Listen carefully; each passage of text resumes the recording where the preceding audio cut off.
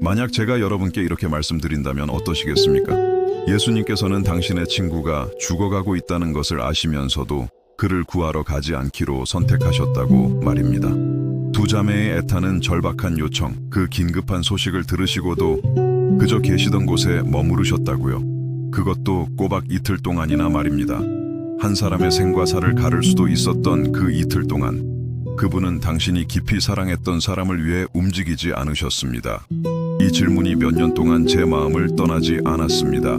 그리고 어쩌면 지금 여러분의 마음도 괴롭히고 있을지 모릅니다. 왜냐하면 이 이야기에는 우리가 감히 마주하려 하지 않는 마음을 깊이 불편하게 하는 무언가가 있기 때문입니다.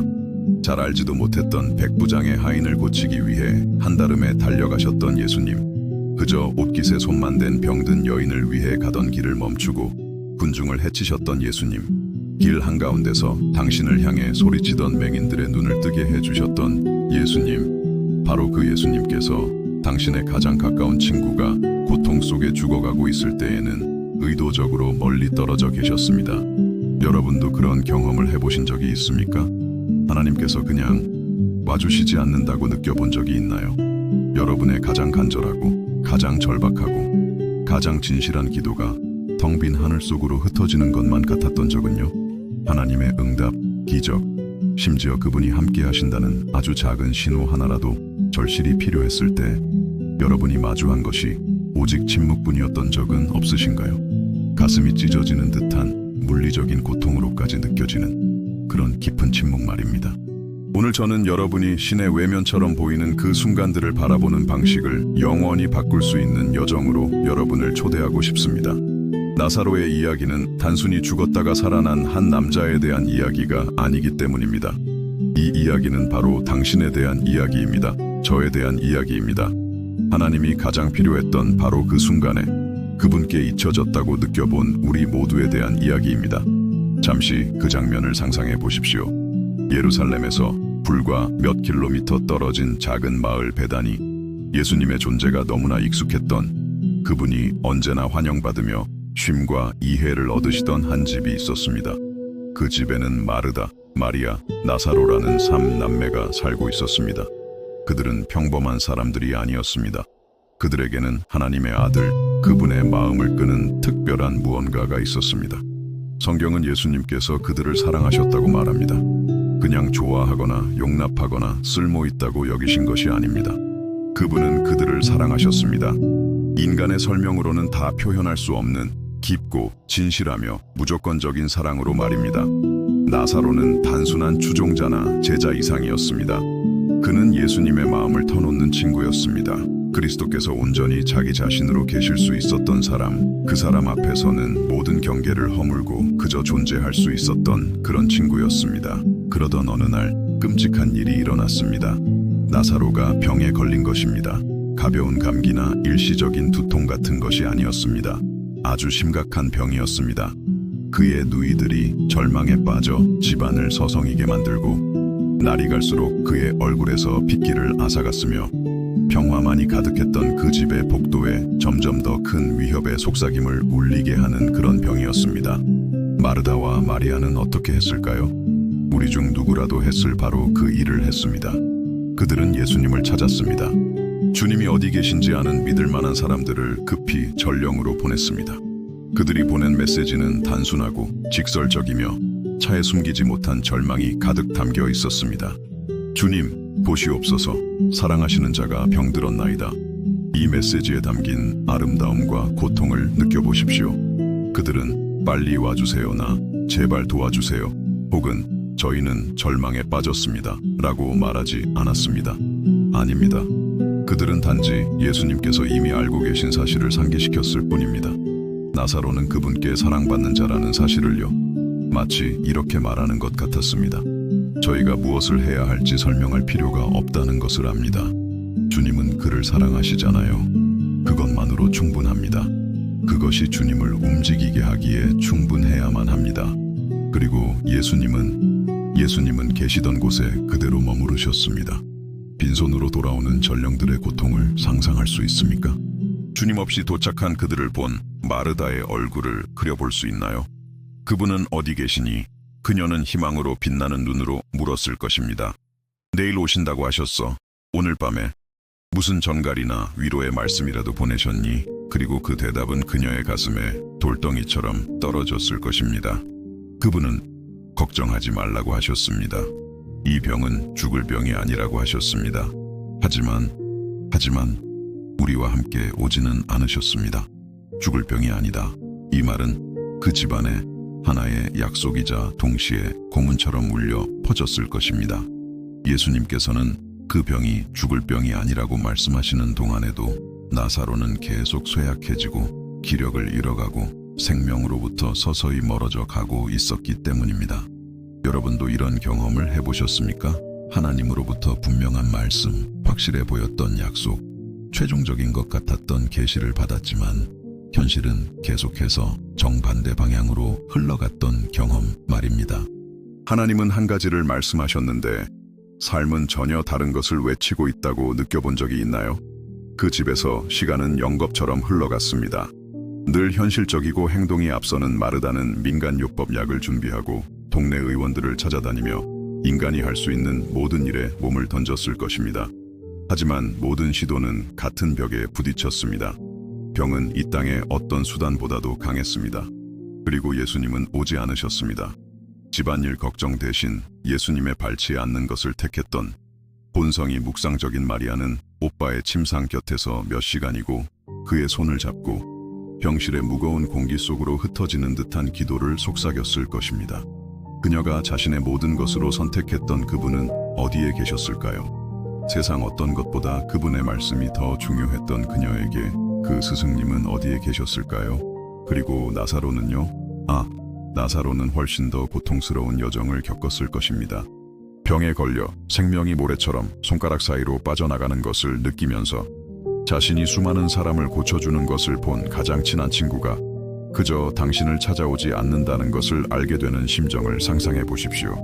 얼마나 여러 번 예수님의 익숙한 얼굴이 나타나기를 기대하며 문을 바라보았을까요? 땀과 눈물로 젖은 베개에 대고 얼마나 여러 번 친구의 이름을 속삭였을까요? 병은 봐주지 않습니다. 우리의 편의를 기다려주지 않고 우리의 기도를 존중하지 않으며 시간을 벌어주기 위해 멈추지도 않습니다. 하루하루 나사로는 더욱 약해졌습니다. 하루하루 그의 누이들은 희망이 절망으로, 절망이 고통스러운 체념으로 변하는 것을 지켜보았습니다. 그리고 예수님은 계시던 곳에 계속 머무르셨습니다. 가르치시고 다른 이들을 고치시고 낯선 이들을 위해 기적을 행하시면서요. 바로 그 순간 당신을 가장 필요로 했던 사람들을 제외한 모든 이들에게 메시아가 되어주고 계셨습니다. 이 상황에 찢어지는 듯한 불공평함이 느껴지십니까? 예수님께서 이름도 모르는 사람들의 필요를 채워주시는 동안 오빠가 서서히 죽어가는 것을 지켜보는 두 자매의 입장이 되어볼 수 있겠습니까? 마치 당신이 가장 친한 친구에게 살려달라고 외치고 있는데 그는 길에서 전혀 모르는 사람들을 돕기 위해 멈춰 서 있는 것과 같습니다. 하지만 이 이야기에는 더욱 고통스러운 사실이 있습니다. 예수님께서 우연히 멀리 계셨던 것이 아닙니다. 길을 잃으신 것도 잊어버리신 것도 너무 바빠서 신경 쓸 겨를이 없으셨던 것도 아닙니다. 성경은 분명히 밝힙니다. 그분은 무슨 일이 일어나고 있는지 정확히 알고 계셨습니다. 그분은 모든 것을 막으실 수 있었습니다. 왕의 신하의 아들을 고치셨던 것처럼 멀리서 말씀 한마디로 즉시 나사로를 고치실 수도 있었습니다. 소식을 받자마자 베다니로 달려오실 수도 있었습니다. 하지만 그분은 그 어떤 것도 하지 않기로 선택하셨습니다. 그리고 그 선택, 당신이 사랑하는 사람이 고통받는 동안 가만히 있기로 한 그 의도적인 결정이 이 이야기를 그토록 충격적이면서 동시에 그토록 강력하게 만드는 이유입니다. 왜냐하면 그것은 우리 인간의 마음이 받아들이기 힘들어하는 하나님에 대한 무언가를 드러내기 때문입니다. 때로 그분은 더 위대한 것을 이루시기 위해 일시적인 고통을 허락하십니다. 때로 그분의 사랑은 우리를 고통에서 구해주는 것이 아니라 그 고통을 우리의 이해를 초월하는 목적을 위해 사용하시는 것으로 나타납니다. 여러분의 삶을 생각해 보십시오. 오지 않는 도움을 바라며 얼마나 많이 하늘에 부르짖었습니까? 하나님께서 외면하시는 것 같은 변화를 위해 얼마나 많은 밤을 새우며 간청했습니까? 당신이 가장 필요했을 때 하나님은 어디 계시냐고 물으며 얼마나 많은 눈물을 흘렸습니까?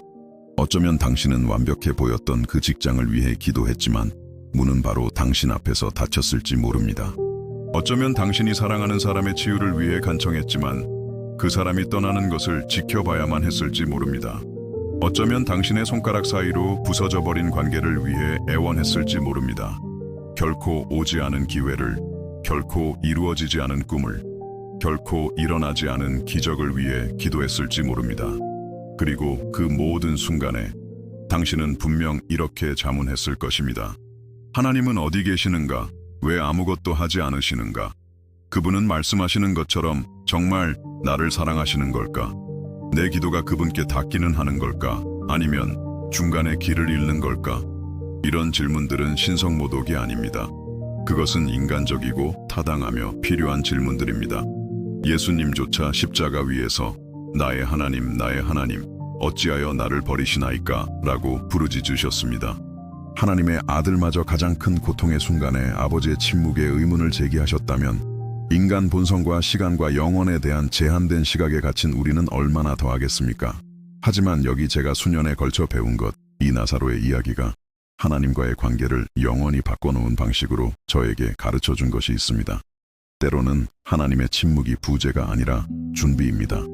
때로는 우리가 버림받았다고 해석하는 것이 사실은 하나님께서 우리가 감히 구하지도 못할 더 큰 기적을 위해 우리를 예비하시는 과정일 수 있습니다. 베다니의 그 집으로 다시 돌아가 봅시다. 나흘째 되는 날이 왔습니다. 병이 시작된 지 나흘째, 어쩌면 전령들이 예수님 없이 돌아온 지 이틀이나 사흘째 되는 날이었을 겁니다. 나사로는 알아볼 수 없을 정도였습니다. 열병이 그의 몸을 불태웠고 쇠약함이 그의 목소리를 앗아갔으며 병마가 그의 육체의 모든 자연 방어 체계를 이겨냈습니다. 마르다는 이미 차가워진 오빠의 한 손을 잡고 침대 곁에 서 있었고 마리아는 다른 한 손을 잡고 있었을 것입니다. 그리고 모든 가족이 두려워하는 그 끔찍한 순간, 생명이 떠나기로 결정하는 그 잔인한 찰나, 그들은 나사로가 마지막 숨을 거두는 것을 무력하게 지켜보았습니다. 그 뒤에 이어진 침묵은 귀가 먹먹할 정도였을 것입니다. 비명을 지르고 고통을 주며 방 안의 모든 공기를 빨아들이는 듯한 그런 종류의 침묵. 자신의 생명보다 더 사랑했던 사람을 잃어본 자만이 아는 그런 종류의 침묵. 그리고 예수님은 아직 도착하지 않으셨습니다.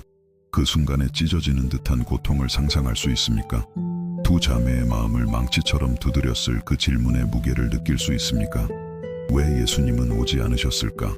그분이 정말 나사로를 사랑하셨다면 왜 그가 위로의 말 한마디 없이, 작별 인사조차 없이 혼자 죽도록 내버려 두셨을까? 이것은 소중한 사람을 잃어본 모든 이의 마음속에 울려 퍼지는 똑같은 질문입니다. 왜 하나님은 선한 사람들이 고통받도록 내버려 두시는가? 왜 우리가 가장 필요할 때 개입하지 않으시는가? 왜 항상 조금 늦게 도착하시는 것처럼 보이는가? 진실은 나사로의 죽음이 단지 한 가정의 비극이 아니었다는 것입니다. 그것은 영적인 스캔들이었습니다. 예수님은 치유자로서, 불가능한 문제를 해결할 수 있는 분으로서, 인간의 고통에 진정으로 마음 아파하시는 분으로서 명성을 쌓아 오셨습니다. 그런데 이제 그분 자신의 친구가 그분을 필요로 했을 때 그분은 그저 나타나지 않으셨습니다. 이웃들은 수군거렸을 것입니다. 아는 사람들은 속삭였을 것입니다. 회의론자들은 그 상갓집을 가리키며 예수님이 그저 또 한 명의 사기꾼, 자신이 이룰 수 있는 것보다 더 많은 것을 약속하는 거짓 선지자라는 증거라고 말했을 것입니다. 보라, 그들은 말했을 겁니다. 자기 친구 하나 구하지 못하는구나. 어찌 우리 중 누구를 구원할 수 있겠는가? 어쩌면 당신도 당신의 삶에 대해 비슷한 말을 들어본 적이 있을지 모릅니다. 어쩌면 누군가가 당신의 고통, 당신의 상실, 당신의 이루지 못한 꿈을 지적하며 당신의 믿음을 문제 삼았을지 모릅니다. 어쩌면 당신 자신조차 거울을 보며 우리가 가장 필요할 때 부재하는 것처럼 보이는 하나님을 계속 믿는 것이 과연 가치가 있는지 의문을 품었을지 모릅니다. 하지만 중요한 것은 이것입니다. 나사로의 이야기는 죽음으로 끝나지 않습니다. 죽음이 아무리 최종적으로 보이고 아무리 확정적으로 느껴지고 아무리 돌이킬 수 없어 보일지라도 그것은 이야기의 끝이 아닙니다. 그것은 훨씬 더 위대한 드라마의 1막이 끝났을 뿐입니다. 왜냐하면 자신의 친구를 잊어버린 것처럼 보였던, 자매들의 고통에 무관심한 것처럼 보였던, 인생의 가장 중요한 시험에서 실패한 것처럼 보였던 예수님께는 계획이 있었기 때문입니다. 너무나 비범하고 너무나 혁명적이며 상상조차 불가능한 계획이어서 바로 그 고통, 바로 그 기다림, 바로 그 명백한 실패가 필요했던 계획이 말입니다. 때로는 하나님께서 우리가 그분의 능력을 경험할 수 있도록 우리 자신의 힘이 바닥나기를 원하십니다. 때로는 그분께서 우리가 신적인 가능성을 목격할 수 있도록 인간적인 불가능성을 경험하게 하십니다. 때로는 그분께서 우리의 꿈이 죽도록 내버려 두시어 그것을 훨씬 더 영광스러운 방식으로 부활시키실 수 있도록 하십니다. 당신은 하나님이 너무 늦게 도착하셨다고 느끼는 순간을 지나고 있습니까? 오지 않는 기적을 기다리는 동안 죽어버린 것처럼 보이는 삶의 영역이 있습니까? 당신이 하나님은 어디 계셨는지 자문하며 묻어야만 했던 관계, 꿈, 기회, 희망이 있습니까? 만약 그렇다면 당신은 2000여 년 전 베다니에서 일어났던 일을 이해하기에 가장 적합한 자리에 있는 것입니다. 당신은 왜 예수님께서 때로 우리에게 회복의 기쁨을 주시기 전에 상실의 고통을 경험하게 하시는지를 이해할 완벽한 위치에 있습니다. 진실은 이것입니다. 하나님은 베다니의 그 끔찍한 날들 동안 부재하지 않으셨습니다. 그분은 모든 것을 조율하고 계셨습니다. 마르다와 마리아의 눈물을 외면하고 계셨던 것이 아닙니다. 그들이 상상할 수 있었던 어떤 것보다 더 위대한 응답을 준비하고 계셨습니다. 나사로를 잊으셨던 것이 아닙니다. 그에게 생명 그 자체를 초월하는 경험을 선사할 계획을 하고 계셨습니다. 그리고 어쩌면, 아주 어쩌면 그분은 지금 당신의 삶에서도 똑같은 일을 하고 계실지 모릅니다. 어쩌면 당신이 지연이라고 해석하는 것이 사실은 준비일 수 있습니다. 어쩌면 당신이 버림받았다고 보는 것이 사실은 예비일 수 있습니다. 어쩌면 죽음처럼 보이는 것이 사실은 부활의 시작일 수 있습니다. 고통의 한가운데 있을 때 이것을 믿기 어렵다는 것을 압니다. 주변의 모든 것이 무너져 내리는 것처럼 보일 때 신뢰하기가 거의 불가능하다는 것을 압니다. 하나님께서 당신의 가장 절박한 기도에 귀를 막고 계신 것처럼 보일 때 믿음을 계속 갖는 것이 얼마나 파괴적인지 압니다. 하지만 오늘 저는 이 고대의 이야기뿐만 아니라 비극적인 결말을 영광스러운 시작으로 바꾸시는데 전문가이신 하나님을 발견한 수세기에 걸친 수백만 명의 경험에 근거하여 당신에게 한 가지 약속을 하고 싶습니다. 그분은 죽음만 있던 곳에 생명을, 절망만 있던 곳에 희망을, 불가능만 있던 곳에 가능성을 가져오시는 전문가입니다. 당신의 이야기는 끝나지 않았습니다. 지금 당신이 살고 있는 장이 아무리 최종적으로 보일지라도, 당신의 삶에서 닫힌 문이 아무리 확정적으로 느껴질지라도, 당신이 겪은 상실이 아무리 돌이킬 수 없어 보일지라도 당신의 이야기는 끝나지 않았습니다. 하나님은 여전히 집필 중이십니다. 여전히 일하고 계십니다. 여전히 당신의 가장 낙관적인 기대를 뛰어넘을 무언가를 준비하고 계십니다.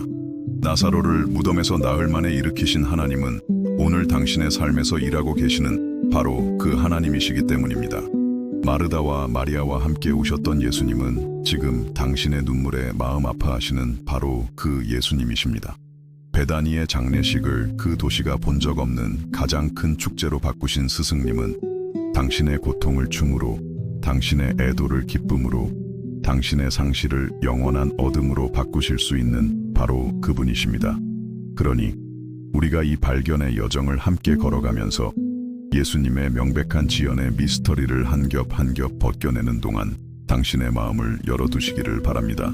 하나님께서 당신의 삶에서 당신이 상상할 수 있는 것보다 더 위대한 무언가를 준비하고 계실 가능성에 마음을 여십시오. 그분의 타이밍이 우리에게는 완전히 잘못된 것처럼 보일 때조차도 영혼의 관점에서는 절대적으로 완벽할 수 있다는 생각에 마음을 여십시오. 왜냐하면 이 이야기가 우리에게 가르쳐주는 것이 있다면 바로 이것이기 때문입니다. 하나님께 너무 늦은 때란 결코 없습니다. 그분께 너무 불가능한 일이란 결코 없습니다. 그분의 개입이 있기에는 너무 절망적인 상황이란 결코 없습니다. 그분은 불가능의 하나님이시며 막다른 상황의 전문가이시며 비극을 승리로 바꾸는 대가이십니다. 그리고 오늘 바로 이 순간 당신이 이 글을 듣거나 읽고 있는 동안 그분은 당신의 삶에서 일하고 계십니다. 어쩌면 당신은 그분을 볼 수 없을지도 모릅니다.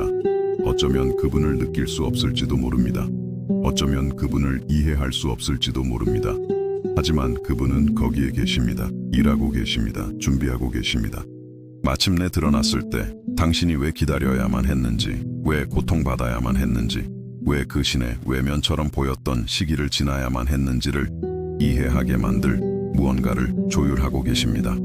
잠시 대화를 멈추고 싶습니다. 만약 이 메시지가 여러분의 마음에 와닿았고 의미 있게 다가왔다면 좋아요를 눌러주세요. 간단한 행동이지만 여러분처럼 희망의 메시지가 필요한 더 많은 사람들에게 다가가는데 큰 도움이 됩니다. 아직 저희 커뮤니티의 일원이 아니시라면 채널을 구독하고 알림 설정을 켜서 다음 영상을 놓치지 마세요. 그보다 더 특별한 초대를 드립니다. 여러분이 사랑하는 사람 중 고통이나 불확실함의 시간을 보내고 있는 사람을 떠올려 보세요. 이 영상을 그 사람과 공유해 주세요. 그것이 그 사람에게 필요한 희망의 씨앗이 될 수 있습니다. 마지막으로 댓글을 통해 여러분이 느낀 점을 알려주세요. 여러분의 경험과 이 메시지가 여러분의 영혼에 어떻게 닿았는지 정말 알고 싶습니다. 여러분의 댓글은 우리 여정의 중요한 일부입니다. 마르다와 마리아를 통해 배운 것이 있다면 우리는 고통을 혼자 겪을 필요가 없다는 것입니다. 그들에게는 서로가 있었고 우리에게는 서로가 있습니다. 기다림은 외로울 수 있지만 고립될 필요는 없습니다. 그리고 때로는 하나님을 찾는 다른 이들의 마음과 함께할 때 우리는 그분께서 우리를 위해 특별히 준비하고 계신 기적을 계속해서 기다릴 힘을 얻게 됩니다. 하나님의 침묵 앞에서 인간의 마음이 겪는 여정은 가장 보편적이면서도 가장 고독한 경험 중 하나입니다. 마르다와 마리아의 절박한 요청 이후의 날들을 돌아볼 때 예수님께서 친구가 쇠약해지는 동안 의도적으로 계시던 곳에 머무르기로 선택하신 것을 볼 때 우리는 신의 사랑에 대한 우리의 가장 기본적인 이해에 도전하는 현실과 마주하게 됩니다. 하나님을 기다린다는 것이 진정으로 무엇을 의미하는지 생각해 본 적이 있으신가요? 수동적이고 체념적인 기다림이 아니라 그분이 무언가 하실 수 있다는 것을 알 때, 그분이 신경 쓰신다는 것을 확신할 때, 그분의 능력을 의심하지 않지만 단지 왜 그분이 행동하지 않으시는지 이해할 수 없을 때에 그 능동적이고 고통스러운 기다림 말입니다. 그것은 마치 어두운 방 안에서 어딘가에 불을 켜는 스위치가 있다는 것을 알지만 아무리 필사적으로 벽을 더듬어도 찾을 수 없는 것과 같습니다. 마르다와 마리아는 아마 역사상 그 누구도 겪어보지 못한 방식으로 이 경험을 했습니다. 그들은 예수님을 개인적으로 알았습니다. 그들은 간접적인 이야기가 아니라 자신의 눈으로 그분의 기적을 보았습니다. 그들은 자신의 집에서 그분의 존재의 따뜻함을 느꼈고 지혜와 사랑으로 방을 가득 채우는 그분의 목소리를 들었습니다. 그들에게 예수님은 멀리 있는 인물이나 신학적 개념 혹은 추상적인 희망이 아니었습니다. 그분은 실제적이고 만질 수 있으며 다가갈 수 있는 분이셨습니다. 그리고 아마 바로 그 이유 때문에 그 기다림이 그들에게 그토록 찢어지게 고통스러웠을 것입니다. 누군가가 당신의 문제를 해결할 수 있다는 것을 절대적으로 확신할 때 그 사람이 당신의 상황을 바꿀 힘과 사랑을 가지고 있다는 것을 의심의 여지 없이 알 때 그 지연은 거의 견딜 수 없는 심리적, 영적 고문이 됩니다. 당신의 삶을 생각해 보십시오. 하나님의 존재를 의심했던 순간들, 그분이 정말로 신경 쓰시는지 의문을 가졌던 순간들, 당신의 기도가 그분께 닿는지 궁금해했던 순간들이 있었을 겁니다. 하지만 아마도 훨씬 더 고통스러웠을 다른 순간들도 있었을 겁니다. 당신이 그분이 존재하신다는 것을 확신할 때, 그분이 당신을 사랑하신다는 것을 알 때, 그분의 능력을 의심하지 않지만 단지 왜 그분이 당신의 상황을 의도적으로 무시하시는 것처럼 보이는지 이해할 수 없을 때 말입니다. 바로 그런 순간에 우리의 믿음은 가장 깊고 도전적인 방식으로 시험받습니다. 기대가 없을 때 믿음을 유지하기는 비교적 쉽기 때문입니다. 안도를 기대하지 않을 때 고통을 견디는 것은 가능합니다. 하지만 안도가 가능하다는 것을 알 때 해결책이 우리를 사랑하고 우리가 사랑하는 분의 손에 닿는 곳에 있다는 것을 확신할 때 그 기다림은 육체적, 감정적 고통을 훨씬 뛰어넘는 고뇌로 변합니다. 그것은 우리가 하나님에 대해 안다고 생각했던 모든 것에 의문을 제기하는 영적 위기가 됩니다. 베다니에서의 그 끔찍한 날들 동안, 나사로가 서서히 그의 생명을 앗아가는 병과 싸우는 동안, 그의 누이들은 우리가 영적 슬픔이라고 부를 수 있는 모든 단계를 거쳤습니다. 먼저 부정이 왔습니다. 예수님은 분명히 오실 거야. 그분은 항상 오셨어. 지금 우리를 버리실 리가 없어. 그 다음에는 흥정이 왔습니다. 주님, 만약 주님께서 오셔서 우리 오빠를 고쳐주시면 저희는 주님을 더욱 충실히 섬기겠습니다. 주님께서 원하시는 것은 무엇이든 하겠습니다. 그리고 나서 분노가 찾아왔습니다. 아마도 모든 단계 중 가장 위험하면서도 가장 자연스러운 단계일 겁니다. 왜 그분은 낯선 사람들은 고치시면서 사랑하는 사람은 고치러 오시지 않는 거지? 왜 모르는 군중들을 위한 시간은 있으면서 우리를 위한 시간은 한순간도 없는 거지? 우리의 사랑, 우리의 헌신, 우리의 환대가 그분께는 아무 의미도 없는 걸까? 하나님에 대한 분노는 믿음을 가진 사람에게는 두려운 영역입니다. 우리는 우주의 창조주에게 화를 낼 권리가 없다고 느낍니다. 그분의 방법이나 타이밍에 의문을 제기하는 것이 신성모독이라고 생각합니다. 하지만 진실은 분노가 믿음의 부족이 아니라 믿음의 신호일 수 있다는 것입니다. 당신은 당신이 신뢰하는 사람, 더 나은 것을 기대하는 사람에게만 화를 냅니다. 사랑의 반대는 분노가 아니라 무관심입니다. 하나님의 마음에 합한 사람 다윗은 명백한 신의 침묵에 대한 자신의 좌절감을 표현하는 시편을 통째로 썼습니다. 그는 부르짖었습니다. 여호와여, 어느 때까지니이까? 나를 영원히 잊으시나이까? 주의 얼굴을 내게서 어느 때까지 숨기시겠나이까? 그리고 하나님은 그를 꾸짖지 않으셨습니다. 오히려 그 정직하고 날 것 그대로이며 절박한 기도들은 우리 자신의 부르짖음을 위한 모델로서 성경에 보존되었습니다. 분노 다음에는 영적 침체가 옵니다. 아마도 모든 골짜기 중 가장 어두운 골짜기일 겁니다. 그것은 기도하는 것이 무의미해 보일 때, 우리가 기도를 멈추는 때입니다. 희망이 견디기에는 너무 큰 고통이 되었을 때, 우리가 기다리기를 포기하는 때입니다. 우리가 하나님의 방법뿐만 아니라 그분의 본성 자체에 의문을 제기하기 시작하는 때입니다. 어쩌면 그분은 내가 생각했던 것만큼 선하지 않으실지도 몰라. 어쩌면 그분은 내가 믿었던 것만큼 신경 쓰시지 않을지도 몰라. 어쩌면 나는 그분이 누구신지에 대해 완전히 착각했을지도 몰라. 본성이 묵상적인 마리아는 몇 시간이고 침묵 속에 앉아 허공을 응시하며 한때 하나님의 따뜻한 존재가 머물렀던 그녀의 영혼에 블랙홀이 열린 것처럼 느꼈을지 모릅니다.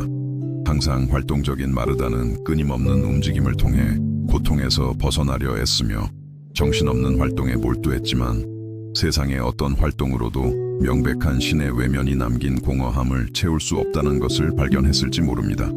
그리고 당신은요? 당신은 이 영적 여정에 어디에 있습니까?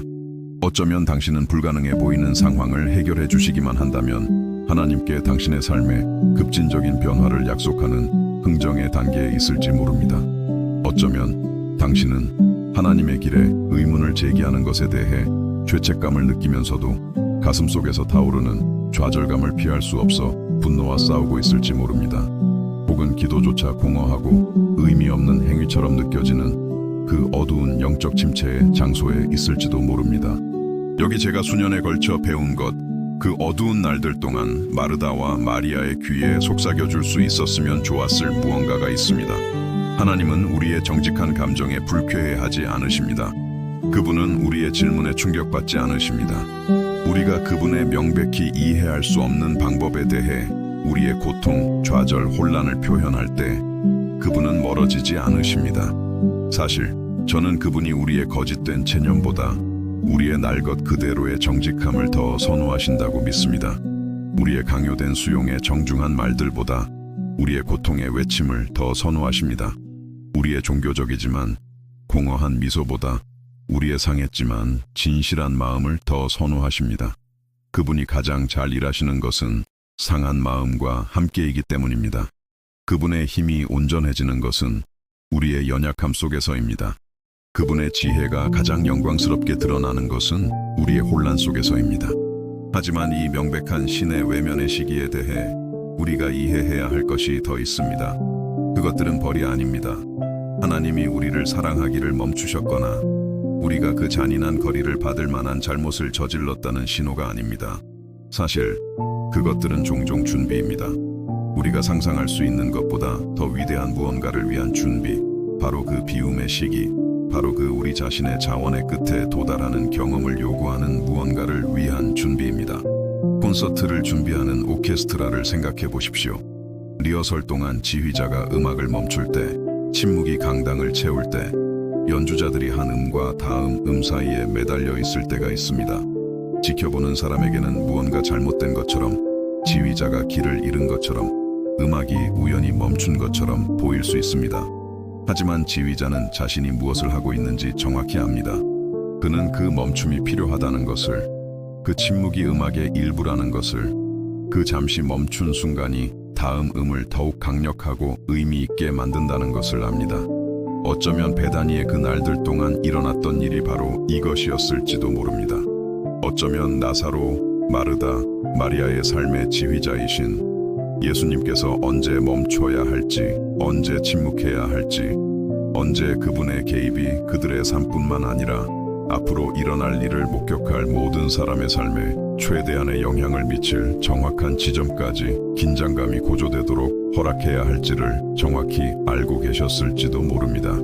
하지만 여기서 받아들이기 가장 어려운 부분이 있습니다.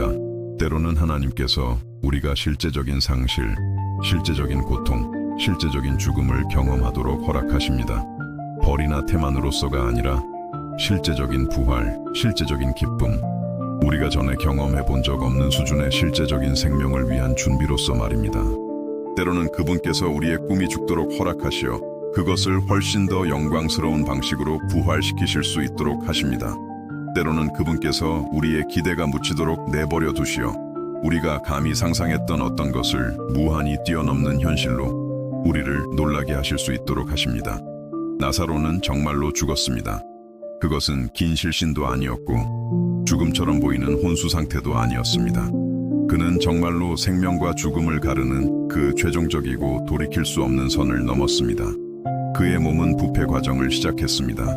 그의 누이들은 장례, 매장, 공식적인 애도에 대한 실질적이고 고통스러운 선택을 해야 했습니다. 그들은 죽음이라는 구체적이고 물리적이며 돌이킬 수 없는 현실과 마주해야 했습니다. 그리고 예수님은요? 예수님은 아직 도착하지 않으셨습니다. 이것이 단지 자매들 뿐만 아니라 온 공동체에 얼마나 큰 고통을 안겨주었을지 상상할 수 있습니까? 예수님께서 중풍병자를 고치시고 맹인의 눈을 뜨게 하시며 죽은 지 몇 시간 안 된 야이로의 딸을 살리시는 것을 보았던 사람들은 이제 이 예수님의 가까운 친구가 무덤으로 실려가는 것을 보고 있었습니다. 의심은 불길처럼 퍼져나갔을 것입니다. 질문들은 환멸의 어두운 합창처럼 베다니 거리에 울려 퍼졌을 것입니다. 죽음에는 냄새가 있습니다. 우리가 예의 바른 대화에서 꺼내는 주제도 아니고 인정하고 싶어 하는 것도 아니지만 아주 가까운 사람을 잃어본 경험이 있는 사람은 죽음이 우리가 볼 수 있는 것을 훨씬 뛰어넘는 감각적인 흔적을 남긴다는 것을 압니다. 그것은 마치 우리의 모든 감각을 다른 어떤 인간 경험도 할 수 없는 방식으로 건드리는 공허함과 최종성의 혼합물로 공기를 채우는 것과 같습니다. 베다니의 그 집에서 나사로가 마지막 숨을 거두었을 때 그의 폐가 공기를 찾는 것을 멈추고 그의 심장이 혈관을 통해 생명을 퍼올리는 것을 멈추었을 때 그 외에 다른 것도 죽었습니다. 다시는 예전과 같을 수 없는 마르다와 마리아의 일부도 죽었습니다. 하나님의 사랑이 모든 비극에 대한 보증이라고 여전히 믿었던 순수함이 죽었습니다. 수년간의 진실한 헌신과 너그러운 환대를 통해 그 가족을 지탱해온 단순한 믿음이 죽었습니다. 생명이 마침내 나사로의 몸을 떠났을 때 그 방에 내려앉은 침묵을 상상할 수 있습니까? 그것은 단순히 소리의 부재가 아니었습니다. 그것은 최종성의 무거운 존재감, 돌이킬 수 없는 일이 방금 일어났다는, 어떤 기도나 눈물, 후회로도 되돌릴 수 없는 일이 일어났다는 숨막히는 느낌이었습니다. 마르다는 아마도 이미 차가워진 오빠의 손을 여전히 잡고 서서 자신이 방금 목격한 것을 처리하려고 애썼을 것입니다. 어떻게 한 인간이 한순간에는 살아있다가 다음 순간에는 완전히 부재할 수 있을까요? 당신이 사랑하고 수십 년 동안 알고 지냈으며 가장 소중한 기억을 공유한 누군가가 어떻게 그냥 더 이상 그곳에 없을 수 있을까요? 몸은 여전히 그곳에 있었지만 그 사람, 그 본질, 나사로를 나사로이게 했던 것은 그녀가 따라갈 수 없는 곳으로 떠나버렸습니다. 항상 더 묵상적인 마리아는 아마도 그 순간을 훨씬 더 깊고 고통스러운 방식으로 경험했을 것입니다. 예수님의 발치에 앉아 영원한 생명, 하늘나라, 아버지의 무한한 사랑에 대해 그분이 하시는 모든 말씀을 흡수하기를 선택했던 그녀에게 오빠의 죽음은 우주적인 배신처럼 느껴졌을 것입니다. 어떻게 죽음을 이기는 것에 대해 그토록 권위 있게 말씀하셨던 분이 죽음이 그분과 그토록 가까운 사람을 이기도록 허락하실 수 있었을까요? 그리고 나서 모든 것 중에서 가장 잔인한 순간이 왔습니다. 나사로가 정말로 떠났다는 것을 받아들여야 하는 순간, 그가 눈을 뜨거나 다시 숨을 쉬거나 괜찮다고 말하기를 기다리는 것을 멈춰야 하는 순간, 더 이상 할 일이 없고 부를 의사도 없고 시도할 약도 없고 기다릴 기적도 없다는 것을 받아들여야 하는 순간, 적어도 설명할 수 없을 정도로 부재한 예수님으로부터는 말입니다. 애도의 과정은 인류의 가장 보편적인 경험 중 하나이면서 동시에 가장 고독한 경험 중 하나입니다. 각 사람은 자신만의 방식으로 고통을 짊어지고 자신만의 방어 기제를 개발하며 의미 없는 것에 의미를 부여하려는 자신만의 방법을 찾습니다. 하지만 에덴은 거의 보편적인 몇 가지 측면이 있습니다. 우리가 깊이 사랑하는 사람을 잃었을 때 우리 대부분이 겪는 몇 가지 단계가 있습니다. 먼저 충격이 옵니다. 우리를 일시적으로 완전한 고통으로부터 보호해주는 그 비현실적인 느낌. 그것은 마치 우리의 마음이 우리를 보존하려는 필사적인 시도 속에서 방금 일어난 일을 완전히 받아들이기를 거부하는 것과 같습니다. 이건 일어날 수 없는 일이야. 우리는 스스로에게 속삭입니다. 무슨 착오가 있었을 거야. 그는 아직 저기 있어. 그저 깊이 잠든 것뿐이야. 항상 현실적인 마르다는 아마도 즉시 장례에 필요한 준비에 몰두했을 것입니다. 시신을 닦고 세마포로 감싸고 부패를 늦추기 위한 향품을 준비하고 이웃과 친척들에게 알리는 일, 마음을 바쁘게 유지하고 현실이 완전히 자리 잡을 여지를 주지 않으려는 필사적인 시도로서의 정신없는 활동. 왜냐하면 우리가 멈출 때, 조용해질 때 고통은 정말로 그 파괴적인 힘을 다해 우리에게 다가오기 때문입니다. 반면에 마리아는 깊은 침묵 속으로 움츠러들었을 것입니다. 평화가 아닌 마비 상태의 그런 종류의 침묵. 우리가 아주 사랑하는 사람을 잃으면 때때로 우리의 영혼은 정상적으로 기능하기를 거부합니다. 일상생활의 가장 기본적인 활동들이 넘을 수 없는 산이 됩니다. 먹는 것은 의미 없어 보입니다. 잠자는 것은 불가능해집니다. 다른 사람들과 이야기하는 것은 우리가 더 이상 가지고 있지 않은 에너지를 요구합니다. 그리고 나서 필연적으로 만약에가 찾아옵니다. 조용한 동굴에 떨어지는 물방울처럼 우리 마음속을 망치질하는 그 고문 같은 질문들. 만약 우리가 다른 의사를 불렀더라면, 만약 우리가 예수님께 메시지를 더 일찍 보냈더라면, 만약 내가 마지막 며칠 동안 그와 더 많은 시간을 보냈더라면, 만약 내가 올바른 말을 하고 올바른 기도를 하고 올바른 믿음을 가졌더라면, 우리가 사랑하는 사람의 죽음과 함께 오는 죄책감은 인간의 마음이 짊어질 수 있는 가장 무거운 짐 중 하나입니다. 대부분의 경우 비합리적이지만 그렇다고 해서 덜 현실적이거나 덜 고통스러운 것은 아닙니다. 우리는 우리의 행동이나 태만이 이야기의 결과를 바꿀 수 있었을 가상의 가능성, 대안적인 시나리오로 스스로를 고문합니다. 마르다는 오빠를 위해 할 수 있는 모든 것을 했는지 수천 번 자문했을 것입니다. 좋은 누이였는지, 충분한 사랑을 보여주었는지, 이제는 너무 빨리 지나간 것처럼 보이는 건강했던 시절 동안 그를 잘 돌보았는지, 마리아는 자신의 기도, 자신의 믿음, 자신이 그토록 사랑했던 사람을 위해 적절히 중보할 수 있는 자신의 능력을 의심했을 것입니다.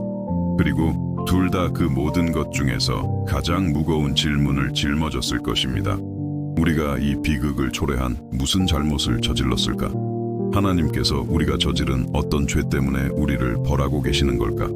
우리가 가졌다고 생각했던 사랑과 보호를 받을 자격이 없는 걸까? 죽음은 우리 자신, 하나님, 그리고 삶에 대한 우리의 인식을 왜곡하는 그 잔인한 능력을 가지고 있습니다. 그것은 우리가 가장 취약하고 어떤 설명이라도, 심지어 우리를 부당하게 비난하는 설명이라도 믿을 준비가 되어 있는 순간에 우리 귀에 거짓말을 속삭입니다. 왜냐하면 때로는 우리가 통제할 수 있는 것에 대해 죄가 있다고 받아들이는 것이 삶의 어떤 측면들은 완전히 우리 통제 밖에 있다는 것을 받아들이는 것보다 더 쉽기 때문입니다. 장례 준비는 두 자매에게 초현실적인 경험이었을 것입니다. 세마포를 고르고 향품을 준비하고 시신을 어디에 묻을지 결정하고 이웃들의 조문을 받는 일, 그들의 영혼이 산산조각나고 그들의 마음이 완전히 받아들이기를 거부하는 현실을 처리하려고 애쓰는 동안 수행해야 했던 실질적인 과제들, 그리고 이 모든 과정 동안 한 가지 질문이 그들의 마음속에서 끊임없이 울려 퍼졌을 것입니다. 예수님은 어디에 계실까? 그것은 더 이상 나사로의 병 초기처럼 희망의 질문이 아니었습니다. 이제 그것은 고통, 혼란, 그리고 아마도 그들 자신에게조차 감히 인정하지 못했던 분노로 가득 찬 질문이었습니다. 장례식 자체는 두 자매의 인생에서 가장 힘든 날 중 하나였을 것입니다. 그들이 너무나 많은 추억, 식사, 대화를 공유했던 집에서 오빠의 시신이 실려 나가는 것을 보는 것, 한때 생명, 웃음, 인간적인 따뜻함으로 가득 찼던 그 몸이 차갑고 어둡고 최종적인 장소로 옮겨지는 것을 보는 것. 무덤까지의 걸음은 그들의 인생에서 가장 긴 걸음처럼 느껴졌을 것입니다. 각 걸음은 그들을 나사로와 가졌던 마지막 물리적 연결에서 더 멀어지게 했고, 걷는 미터마다 그들이 겪은 상실을 더 현실적이고 돌이킬 수 없게 만들었습니다. 그럼에도 불구하고 그들의 일부는 예수님께서 마지막 순간에 나타나시어 마지막 순간의 기적으로 장례 행렬을 멈추시기를 비밀리에 바랐을 것입니다. 하지만 예수님은 오지 않으셨습니다. 무덤 입구를 막기 위해 굴려진 돌은 나사로의 운명뿐만 아니라 마르다와 마리아가 여전히 비밀리에 품고 있던 희망까지도 봉인하는 망치 소리처럼 들렸을 것입니다. 그 소리는 최종 선언처럼 그들의 영혼 깊은 곳에 울려 퍼졌습니다. 끝났다. 더 이상 기다릴 것이 없다. 이 사건에 대한 기적은 더 이상 없다. 이야기는 끝났다. 장례식 후의 날들은 말로는 제대로 표현할 수 없는 황량함의 경험이었을 것입니다. 한때 생명, 대화, 웃음으로 가득 찼던 집은 이제 나사로의 부재를 끊임없이 속삭이는 듯한 억압적인 침묵에 휩싸였습니다. 식탁의 빈자리, 아무도 자지 않는 침대, 아무도 만질 용기가 없는 개인 소지품들, 그리고 이 모든 것보다 더 나쁜 것은 하나님의 침묵이었습니다. 예수님의 물리적인 부재뿐만 아니라 하늘 전체가 그들에게 닫힌 것 같은, 그들의 기도가 더 이상 메아리를 찾지 못하는 것 같은, 하나님께서 그들이 가장 필요로 할 때 그들의 삶에서 그냥 멀어져 버린 것 같은 점증하는 느낌. 당신은 이런 느낌을 경험해 본 적이 있습니까? 하나님께서 문자 그대로 당신의 삶에서 사라져 버린 것 같다고 느꼈던 순간들을 겪어본 적이 있습니까? 당신이 기도했지만 당신의 말이 천장에 부딪혀 텅 빈 채로 당신에게 돌아오는 것 같았을 때, 당신이 신의 존재의 신호를 찾았지만 오직 침묵, 공허함, 그리고 무관심한 우주에 완전히 혼자라는 끔찍한 느낌만을 발견했을 때, 그것은 믿음을 가진 사람이 겪을 수 있는 가장 무서운 경험 중 하나입니다. 왜냐하면 당신이 하나님께서 존재하시고 그분이 신경 쓰시며 그분이 기도에 응답하신다는 믿음을 중심으로 당신의 전생애를 구축했을 때, 신의 외면의 느낌은 당신 존재의 바로 그 기초를 흔들기 때문입니다. 그것은 마치 당신 발밑에 땅이 사라져 당신을 끝없는 시면으로 떨어뜨리는 것과 같습니다. 마르다와 마리아는 그들 자신의 대담함에 놀라게 하는 생각들과 씨름했을 것입니다. 어쩌면 우리는 예수님에 대해 착각했을지도 몰라. 어쩌면 그분은 우리가 생각했던 분이 아닐지도 몰라. 어쩌면 우리가 본 모든 기적들은 우연이거나 속임수이거나 희망에 대한 우리 자신의 필사적인 상상이었을지도 몰라. 이것들은 믿는 사람이 갖기 싫어하는 생각들이지만, 현실이 우리가 하나님의 성품과 방법에 대해 믿었던 모든 것을 반박하는 것처럼 보일 때 필연적으로 떠오르는 생각들입니다. 그리고 애도의 특정한 외로움이 있습니다. 위로를 건네는 선의의 사람들로 둘러싸여 있을 때조차 지속되는 외로움. 왜냐하면 아무도 그들의 누이들이 알았던 방식으로 나사로를 알지 못했기 때문입니다. 아무도 그와 수십 년의 기억을 공유하지 않았습니다. 아무도 그의 부재를 그토록 날카롭고 끊임없이 느끼지 못했습니다. 이웃들은 조의를 표하러 왔고 음식을 가져왔으며 공허하고 부적절하게 들리는 위로의 말을 속삭였습니다. 그는 이제 더 좋은 곳에 있을 거야. 하나님께서 하늘의 천사 한 명이 더 필요하셨나 봐. 적어도 그는 더 이상 고통받지 않잖아. 선의의 말들이지만 이미 산산조각난 마음의 돌처럼 떨어집니다. 왜냐하면 그것들은 돌이킬 수 없는 상실을 우리가 느끼는 고통의 복잡성을 제대로 담아내지 못하는 단순한 상투어로 축소하기 때문입니다. 어떤 사람들은 더 나아가 아마도 자신의 말의 영향을 깨닫지 못한 채 훨씬 더 고통스러운 말을 했을 것입니다. 너희가 그토록 존경했던 그 예수님은 어디 계셨니? 그분께 정말로 능력이 있었다면 네 오빠는 아직 살아있었을 텐데 어쩌면 너희 믿음이 부족했나 봐. 어쩌면 더 많이 기도하고 더 많이 금식하고 더 많이 믿었더라면. 면도날처럼 베는 말들, 이미 고통으로 약해진 마음에 의심과 죄책감의 씨앗을 심는 말들. 사람들이 종교의 이름으로 얼마나 잔인해질 수 있는지, 우리의 비극을 믿음, 하나님, 영적 인과관계에 대한 자신들의 이론을 입증할 기회로 어떻게 사용할 수 있는지 놀랍습니다. 마치 우리의 고통이 그들의 신학적 가설을 시험할 수 있는 실험실인 양, 그들이 열린 상처, 이미 상실로 파괴된 영혼을 건드리고 있다는 것을 고려하지 않고 말입니다. 하지만 아마도 모든 것 중에서 최악은 악의적이거나 무신경한 말들이 아니었을 겁니다. 아마도 최악은 하나님의 끊임없는 침묵, 그분이 여전히 신경 쓰시고 여전히 존재하시며 고통과 황량함 너머에 그들의 삶을 위한 어떤 계획을 여전히 가지고 계시다는 어떤 신호도 절대적으로 없다는 것이었을 겁니다. 나사로가 무덤에서 보낸 그 나흘 동안 마르다와 마리아는 믿음, 삶, 죽음, 그리고 하나님에 대한 그들의 이해에 깊은 변화를 겪었을 것입니다. 그들은 하고 싶지 않았던 질문들과 마주해야 했고, 부정하고 싶었던 현실들을 받아들여야 했으며, 해결하고 싶었던 미스터리들과 함께 살아야 했습니다. 만약 하나님이 사랑이시라면 왜 무고한 사람들이 고통받도록 허락하시는가?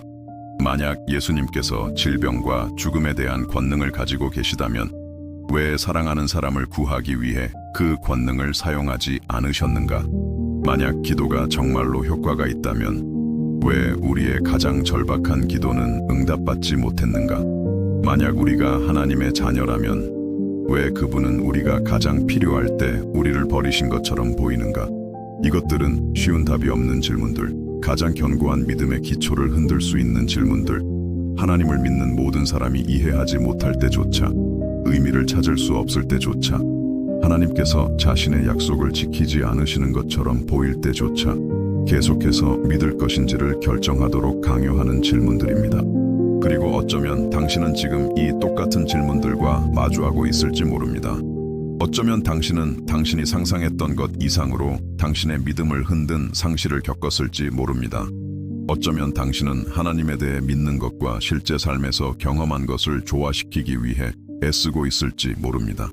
어쩌면 당신은 하나님께서 응답하지 않으시고 행동하지 않으시며 신경 쓰시지 않는 것처럼 보일 때 계속해서 믿고 기도하고 기다리는 것이 가치가 있는지 궁금해하고 있을지 모릅니다. 만약 그렇다면 저는 당신의 질문이 타당하다는 것을 알려드리고 싶습니다. 당신의 의심은 신성모독이 아닙니다. 당신의 혼란은 믿음의 부족이 아닙니다. 사실 그 반대일 수 있습니다. 그것은 성장하고 성숙하며 피상적인 대답과 종교적인 상투어를 넘어 깊어지고 있는 믿음의 신호일 수 있습니다. 왜냐하면 진정한 믿음은 의심의 부재가 아니기 때문입니다. 그것은 의심에도 불구하고 신뢰의 존재입니다. 모든 답을 갖는 것이 아니라 계속해서 질문을 하는 것입니다. 상황에 결코 흔들리지 않는 것이 아니라 상황이 우리가 믿었던 모든 것을 반박하는 것처럼 보일 때조차 계속해서 믿기로 선택하는 것입니다. 마르다와 마리아는 그들의 삶뿐만 아니라 역사에 걸쳐 수백만 명의 사람들이 하나님의 능력, 사랑, 방법에 대한 이해를 영원히 바꿀 계시를 위해 준비되고 있었습니다. 하지만 그 계시에 도달하기 위해 그들은 먼저 죽음의 그늘진 골짜기를 통과해야 했고 완전한 절망을 경험해야 했으며 그들 자신의 힘과 기대의 끝에 도달해야 했습니다. 왜냐하면 때로는 우리가 모든 것을 잃었을 때에만 무한히 더 위대한 것을 받을 수 있기 때문입니다. 때로는 우리의 인간적인 희망이 완전히 죽었을 때에만 신적인 희망을 그 모든 영광 속에서 경험할 수 있기 때문입니다. 때로는 우리가 우리 자신의 끝에 도달했을 때에만 하나님께서 이제 막 시작하고 계셨다는 것을 발견하기 때문입니다. 나사로의 죽음은 이야기의 끝이 아니었습니다. 그것은 훨씬 더 위대한 드라마의 1막이 끝났을 뿐이었습니다. 인간적인 가능성이 여전히 남아있는 동안, 지상의 자원이 여전히 존재하는 동안, 우리가 우리 자신의 힘으로 이를 해결할 수 있는 동안에는 이해할 수 없었던 하나님에 대한 진실을 드러낼 드라마였습니다. 그리고 어쩌면 당신이 지금 겪고 있는 상황도 이야기의 끝이 아닐지 모릅니다. 어쩌면 그것은 단지 한 장의 끝, 한 주기의 마감, 아직 상상조차 할 수 없는 새롭고 더 위대하며 다른 무언가를 위한 준비일지 모릅니다. 어쩌면 하나님께서는 이 상실, 고통, 명백한 외면의 시기를 사용하여 당신의 이전 기대의 잔해 위에 세워질 그분의 사랑과 능력에 대한 계시를 위해 당신을 준비시키고 계실지 모릅니다. 고통의 한가운데 있을 때 이것을 믿기란 쉽지 않습니다. 주변의 모든 것이 절망을 암시할 때 희망을 유지하기란 간단하지 않습니다. 하나님께서 당신이 생각했던 모든 약속을 깨뜨리신 것처럼 보일 때 그분을 신뢰하기란 자연스럽지 않습니다. 하지만 아마도 바로 그곳, 그 완전한 불가능의 장소에서 하나님의 가장 비범한 기적들이 나타나기 시작할 것입니다. 만약 당신이 이 여정에서 여기까지 오셨다면 댓글에 당신의 흔적을 남겨주세요. 당신의 믿음을 가장 흔들었던 상실은 무엇이었습니까? 당신은 계속 나아갈 힘을 어떻게 찾으셨나요? 당신의 이야기가 오늘 다른 누군가가 꼭 들어야 할 바로 그 이야기일 수 있습니다. 마침내 예수님께서 도착하셨습니다. 장면을 상상해 보십시오. 나사로가 죽은 지 나흘이 지났습니다. 깊은 애도 고통스러운 질문, 끝이 없을 것 같던 고통의 나흘이었습니다. 베다니의 집은 슬픔의 성소가 되어 모든 방이 더 이상 그곳에 없는 사람의 기억을 속삭이고 모든 침묵이 다시는 들을 수 없는 목소리에 돌이킬 수 없는 부재를 메아리쳤습니다. 그리고 희망이 나사로와 함께 완전히 묻혔을 때, 눈물이 이미 마르고 영혼의 흉터만을 남겼을 때, 두 자매의 마음이 사랑하는 오빠 없는 삶이라는 새로운 현실에 체념했을 때, 더 이상 아무도 기대하지 않았던 소식이 도착했습니다. 예수님께서 베다니로 오고 계시다는 소식이었습니다. 하지만 이제는 달랐습니다. 더 이상 능력의 말씀으로 모든 것을 해결해 줄 치유자, 친구의 기대되는 도착이 아니었습니다. 그것은 변화를 만들 기회를 놓친 사람, 기적을 위해서가 아니라 장례식을 위해 도착한 사람의 늦은 도착이었습니다. 적어도 모두가 그렇게 생각했습니다. 항상 가장 현실적이고 항상 가장 먼저 행동하는 마르다는 예수님께서 마을에 도착하시기도 전에 그분을 맞으러 나갔습니다. 그 걸음 동안 그녀의 마음속에서 정확히 무슨 일이 일어났는지는 알 수 없지만 그녀를 사로잡았을 복잡한 감정의 혼합을 상상할 수 있습니다. 마침내 그분을 뵙게 된 안도감, 너무 늦게 도착하신 것에 대한 분노, 실망에도 불구하고 지속되는 사랑, 공허한 말로는 위로받기를 거부하는 고통. 마르다와 예수님의 만남은 복음서 이야기 전체에서 가장 감정적으로 격앙된 순간 중 하나였을 것입니다. 그곳에는 상실로 산산조각난 한 여인이 자신이 깊이 사랑하지만 또한 자신의 고통에 책임이 있다고 생각하는 사람과 마주하고 있었습니다. 그곳에는 예수님께서 지상에서 가장 사랑하는 사람들 중 한 명의 눈에서 자신의 고통뿐만 아니라 그녀의 혼란과 실망의 반영을 보고 계셨습니다. 마르다의 첫마디는 모든 것을 드러냅니다. 주님께서 여기 계셨더라면 제 오라버니가 죽지 아니하였겠나이다. 직접적인 비난은 아니었지만 그렇다고 정확히 다정한 인사도 아니었습니다. 그것은 종교적인 예의 뒤에 숨을 수 없는 고통의 날 것 그대로의 정직한 표현이었습니다. 그것은 나사로의 죽음뿐만 아니라 그 죽음 앞에서 명백히 무관심했던 예수님 때문에 상처받은 마음의 외침이었습니다. 하지만 그때 비범한 일이 일어났습니다. 고통 속에서도 실망 속에서도 의문 속에서도 마르다의 믿음은 표현될 방법을 찾았습니다. 그러나 나는 이제라도 주께서 무엇이든지 하나님께 구하시는 것을 하나님이 주실 줄을 아나이다. 그녀는 마치 이렇게 말하는 것 같았습니다. 왜 늦게 오셨는지 이해할 수 없습니다. 당신의 방법을 이해할 수 없습니다. 저를 사랑하시는 분이 어떻게 제가 이 고통을 겪도록 허락하셨는지 완전히 처리할 수 없습니다. 하지만 그럼에도 불구하고 저는 당신이 당신이라고 말씀하신 바로 그분임을 믿습니다. 그럼에도 불구하고 저는 당신께 능력이 있음을 신뢰합니다. 그럼에도 불구하고 저는 당신이 무언가 하실 것을 기대합니다. 얼마나 비범한 믿음의 선언입니까? 그것은 시험받지 않은 순진한 믿음이 아니었습니다. 그것은 고통의 불을 통과하고 그슬렸지만 파괴되지는 않은 성숙한 믿음이었습니다. 그것은 하나님의 방법을 이해할 수 없을 때조차 하나님의 성품을 신뢰하는 법을 배운 믿음이었습니다. 그리고 예수님의 대답은 단순하면서도 혁명적이었습니다. 내 오라비가 다시 살아나리라. 당시의 전통적인 종교적 사고방식에 익숙했던 마르다는 이 말을 유대 종말론의 렌즈를 통해 해석했습니다. 마지막 날 부활 때에는 다시 살아날 줄을 내가 아나이다. 그것은 경건하고 신학적으로 올바르지만 즉각적인 고통, 현재의 상실, 지금 이 순간 피 흘리는 마음에 거의 위로가 되지 않는 대답이었습니다. 하지만 예수님께서는 먼 미래에 대해 말씀하고 계신 것이 아니었습니다. 실존적 고통에 대해 신학적 위로를 제공하고 계신 것이 아니었습니다. 그분은 마르다가 그분이 진정으로 누구신지, 그분의 능력의 범위가 실제로 어느 정도인지, 그분의 권위의 한계가 실제로 어디까지인지에 대한 이해를 영원히 바꿀 무언가를 막 하시려던 참이었습니다. 나는 부활이요 생명이니. 예수님께서는 마르다의 귀뿐만 아니라 그녀의 존재 전체에 울려 퍼졌을 권위로 선언하셨습니다. 나를 믿는 자는 죽어도 살겠고 무릇 살아서 나를 믿는 자는 영원히 죽지 아니하리니 이것을 네가 믿느냐? 잠시 멈춰 이 선언의 무게를 생각해 보십시오. 예수님께서는 나는 부활로 가는 길을 안다거나 나는 부활을 위해 기도할 수 있다거나 나는 부활을 소망한다고 말씀하지 않으셨습니다. 그분은 나는 부활이다 라고 말씀하셨습니다. 무언가를 하는 문제가 아니었습니다. 무언가가 되는 문제였습니다. 죽음에 대한 권능을 갖는 것에 대한 것이 아니었습니다. 죽음 그 자체보다 더 강력한 존재가 되는 것에 대한 것이었습니다. 마치 예수님께서 이렇게 말씀하시는 것 같았습니다. 마르다야, 너는 내가 너무 늦게 도착했다고 생각하는구나. 네 오빠의 삶에 변화를 줄 기회를 놓쳤다고 생각하는구나. 하지만 네가 알아야 할 것이 있다. 나에게 너무 늦었다는 것은 존재하지 않는다. 생명의 근원인 나에게 돌이킬 수 없는 상황이란 없다. 부활 그 자체인 나에게 저항할 수 있는 죽음이란 없다. 이 비범한 선언에 대한 마르다의 대답은 그녀 믿음의 깊이와 동시에 그녀 이해의 혼란을 드러냅니다. 주여 그러하외다. 주는 그리스도시요 세상에 오시는 하나님의 아들이신 줄 내가 믿나이다. 아름답고 진실한 믿음의 고백이었지만 막 일어나려던 일을 아직 완전히 이해하지는 못한 고백이었습니다.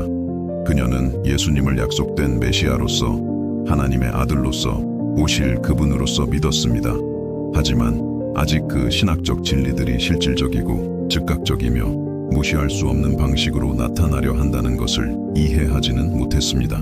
예수님과의 만남 후 마르다는 마리아를 부르러 집으로 달려갔습니다. 그리고 여기서 우리는 아름다운 것을 봅니다. 고통 속에서도 혼란 속에서도 그녀 믿음의 가장 어두운 순간들을 겪은 후에도 마르다는 예수님의 도착 소식을 혼자만 간직할 수 없었습니다. 그분 안에, 그분의 존재 안에, 그분의 말씀 안에 그녀가 영원히 꺼졌다고 생각했던 희망의 불꽃을 다시 지피는 무언가가 있었습니다. 마리아는 예수님께서 도착하셨고 그녀를 부르신다는 말을 듣고 재빨리 일어나 그분을 맞으러 달려갔습니다. 그리고 여기서 우리는 신약 성서 전체에서 가장 감동적인 장면 중 하나를 보게 됩니다. 마리아가 예수님 계신 곳에 이르러 그분을 뵙고 그의 발 앞에 엎드려 그녀의 언니가 했던 똑같은 말을 했습니다. 주님께서 여기 계셨더라면 제 오라버니가 죽지 아니하였겠나이다. 두 자매가 정확히 똑같은 말을 했다는 점은 흥미롭습니다. 우연이 아니었습니다. 이 말들은 나흘 동안 그 상갓집 벽 사이를 울렸습니다. 수백 번 반복되었을 것이고 아마도 눈물로 젖은 베개에 속삭여졌을 것이고 아마도 완전한 절망의 순간에 외쳐졌을 것입니다. 주님께서 여기 계셨더라면 그들이 겪었던 모든 고통, 모든 혼란, 모든 실망의 무게를 담은 세 단어였습니다. 하지만 그때 모든 것을 바꾼 일이 일어났습니다. 예수님께서 마리아가 우는 것과 그녀를 위로하러 온 유대인들도 우는 것을 보시고 성경은 그분이 심령의 비통히 여기시고 불쌍히 여기셨다고 말합니다. 여기서 비통히 여기셨다에 사용된 헬라어 단어는 매우 강력합니다. 단순히 슬퍼하거나 동정하는 것을 의미하지 않습니다. 깊이 동요되고 온 존재를 뒤흔드는 감정에 휩싸이는 것을 의미합니다. 그리고 나서 성경 전체에서 가장 짧고 가장 강력한 선언 중 하나에서 우리는 읽습니다. 예수께서 눈물을 흘리시더라. 신학 논문 전체보다 하나님의 성품에 대해 더 많은 것을 드러내는 두 단어입니다. 예수께서 우셨습니다. 하나님의 아들께서 눈물을 흘리셨습니다. 말씀 한마디로 모든 상황을 해결할 능력이 있으셨던 분이 그 순간의 고통을 완전히 느끼도록 자신을 허락하셨습니다. 앞으로 무슨 일이 일어날지 정확히 알고 계셨던 분, 곧 닥칠 기적에 대해 완전한 지식을 가지고 계셨던 분조차도 사랑하는 사람들의 고통 앞에서 진정한 감정에 휩싸이도록 자신을 내버려 두셨습니다. 이것은 하나님에 대한 근본적인 무언가를 우리에게 드러냅니다. 그분은 우리의 고통에 무관심하지 않으십니다. 과학적인 냉철함으로 우리의 고통을 관찰하시는 멀리 계신 하나님이 아니십니다. 우리의 눈물을 하찮은 약점으로 여기시는 우월한 존재가 아니십니다. 그분은 마음 아파하십니다. 그분은 감동하십니다. 그분은 우리와 함께 우십니다. 하지만 여기 더욱 비범한 것이 있습니다. 예수님께서는 무엇을 해야 할지 몰라서 우신 것이 아닙니다. 무력감 때문에 우신 것이 아닙니다. 절망 때문에 우신 것이 아닙니다. 그분은 사랑 때문에 우셨습니다.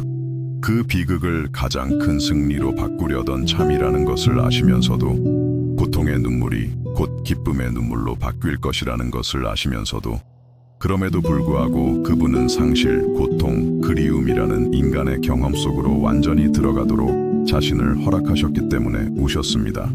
그리고 어쩌면 이것이 오늘 당신이 당신 자신의 삶의 고통의 순간들에 대해 이해해야 할 것일지도 모릅니다. 하나님은 당신의 고통에서 멀리 계시지 않습니다. 그분은 당신의 고통을 무관심하게 관찰하지 않으십니다.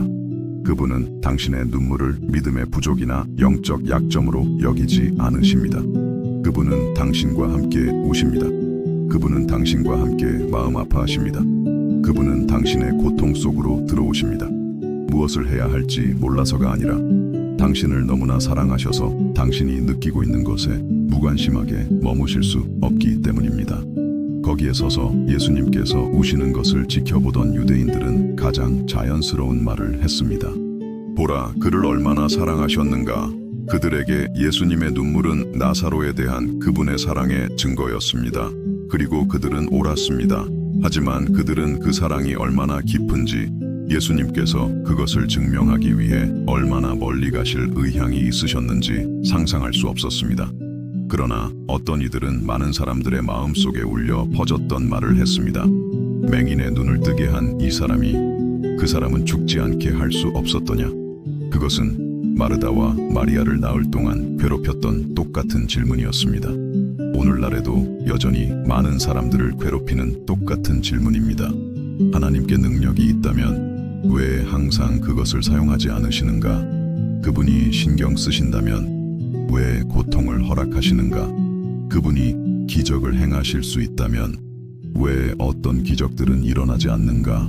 하지만 예수님께서는 아무도 예상하지 못했던 방식으로 그 질문에 답하시려던 참이었습니다. 그를 어디 두었느냐? 예수님께서 물으셨습니다. 그리고 그들은 대답했습니다. 주여, 와서 보시옵소서. 그것은 어두운 초대, 죽음의 최종성을 목격하라는 초대. 어떤 상황들은 돌이킬 수 없고 어떤 순간들은 결정적이며 어떤 상실들은 되돌릴 수 없다는 것을 자신의 눈으로 보라는 초대였습니다. 적어도 그들은 그렇게 생각했습니다. 무덤까지의 걸음은 관련된 모든 사람에게 초현실적인 경험이었을 것입니다. 예수님께서는 결연하게 하지만 또한 중요한 일이 곧 일어날 것임을 분명히 하는 장엄함을 가지고 걸으셨습니다.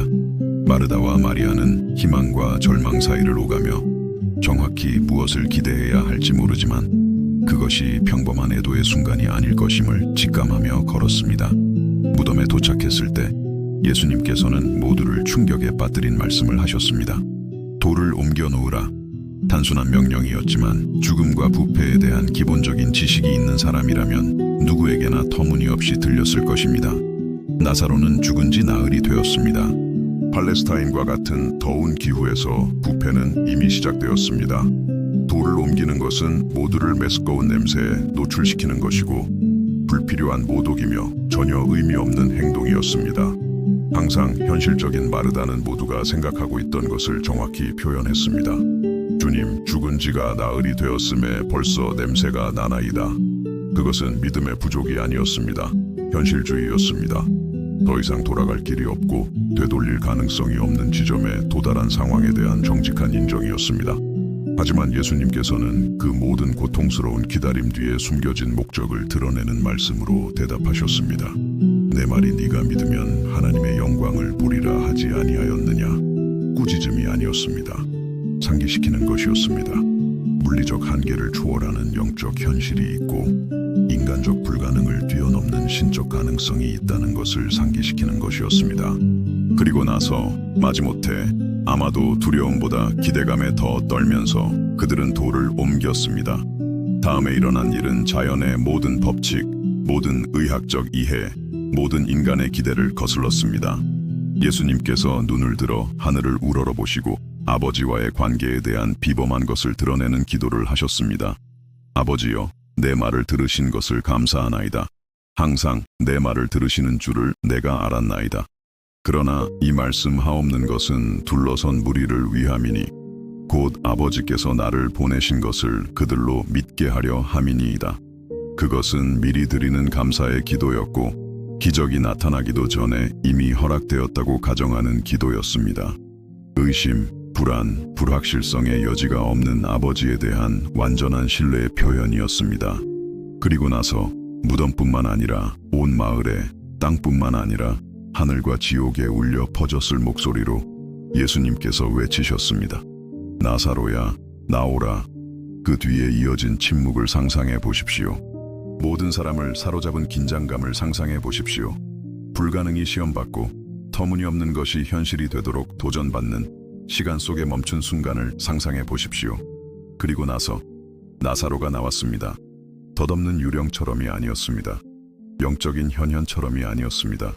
집단 환각처럼이 아니었습니다. 그는 살아있는 사람으로 숨쉬고 심장이 뛰고 혈관에 피가 흐르는 사람으로 나왔습니다. 여전히 장례용 수위에 쌓여 있고 시신을 매장하기 위해 사용되었던 띠로 묶여 있었지만 명백하고 부인할 수 없으며 기적적으로 살아 있었습니다. 그 순간의 충격은 형언할 수 없었을 것입니다.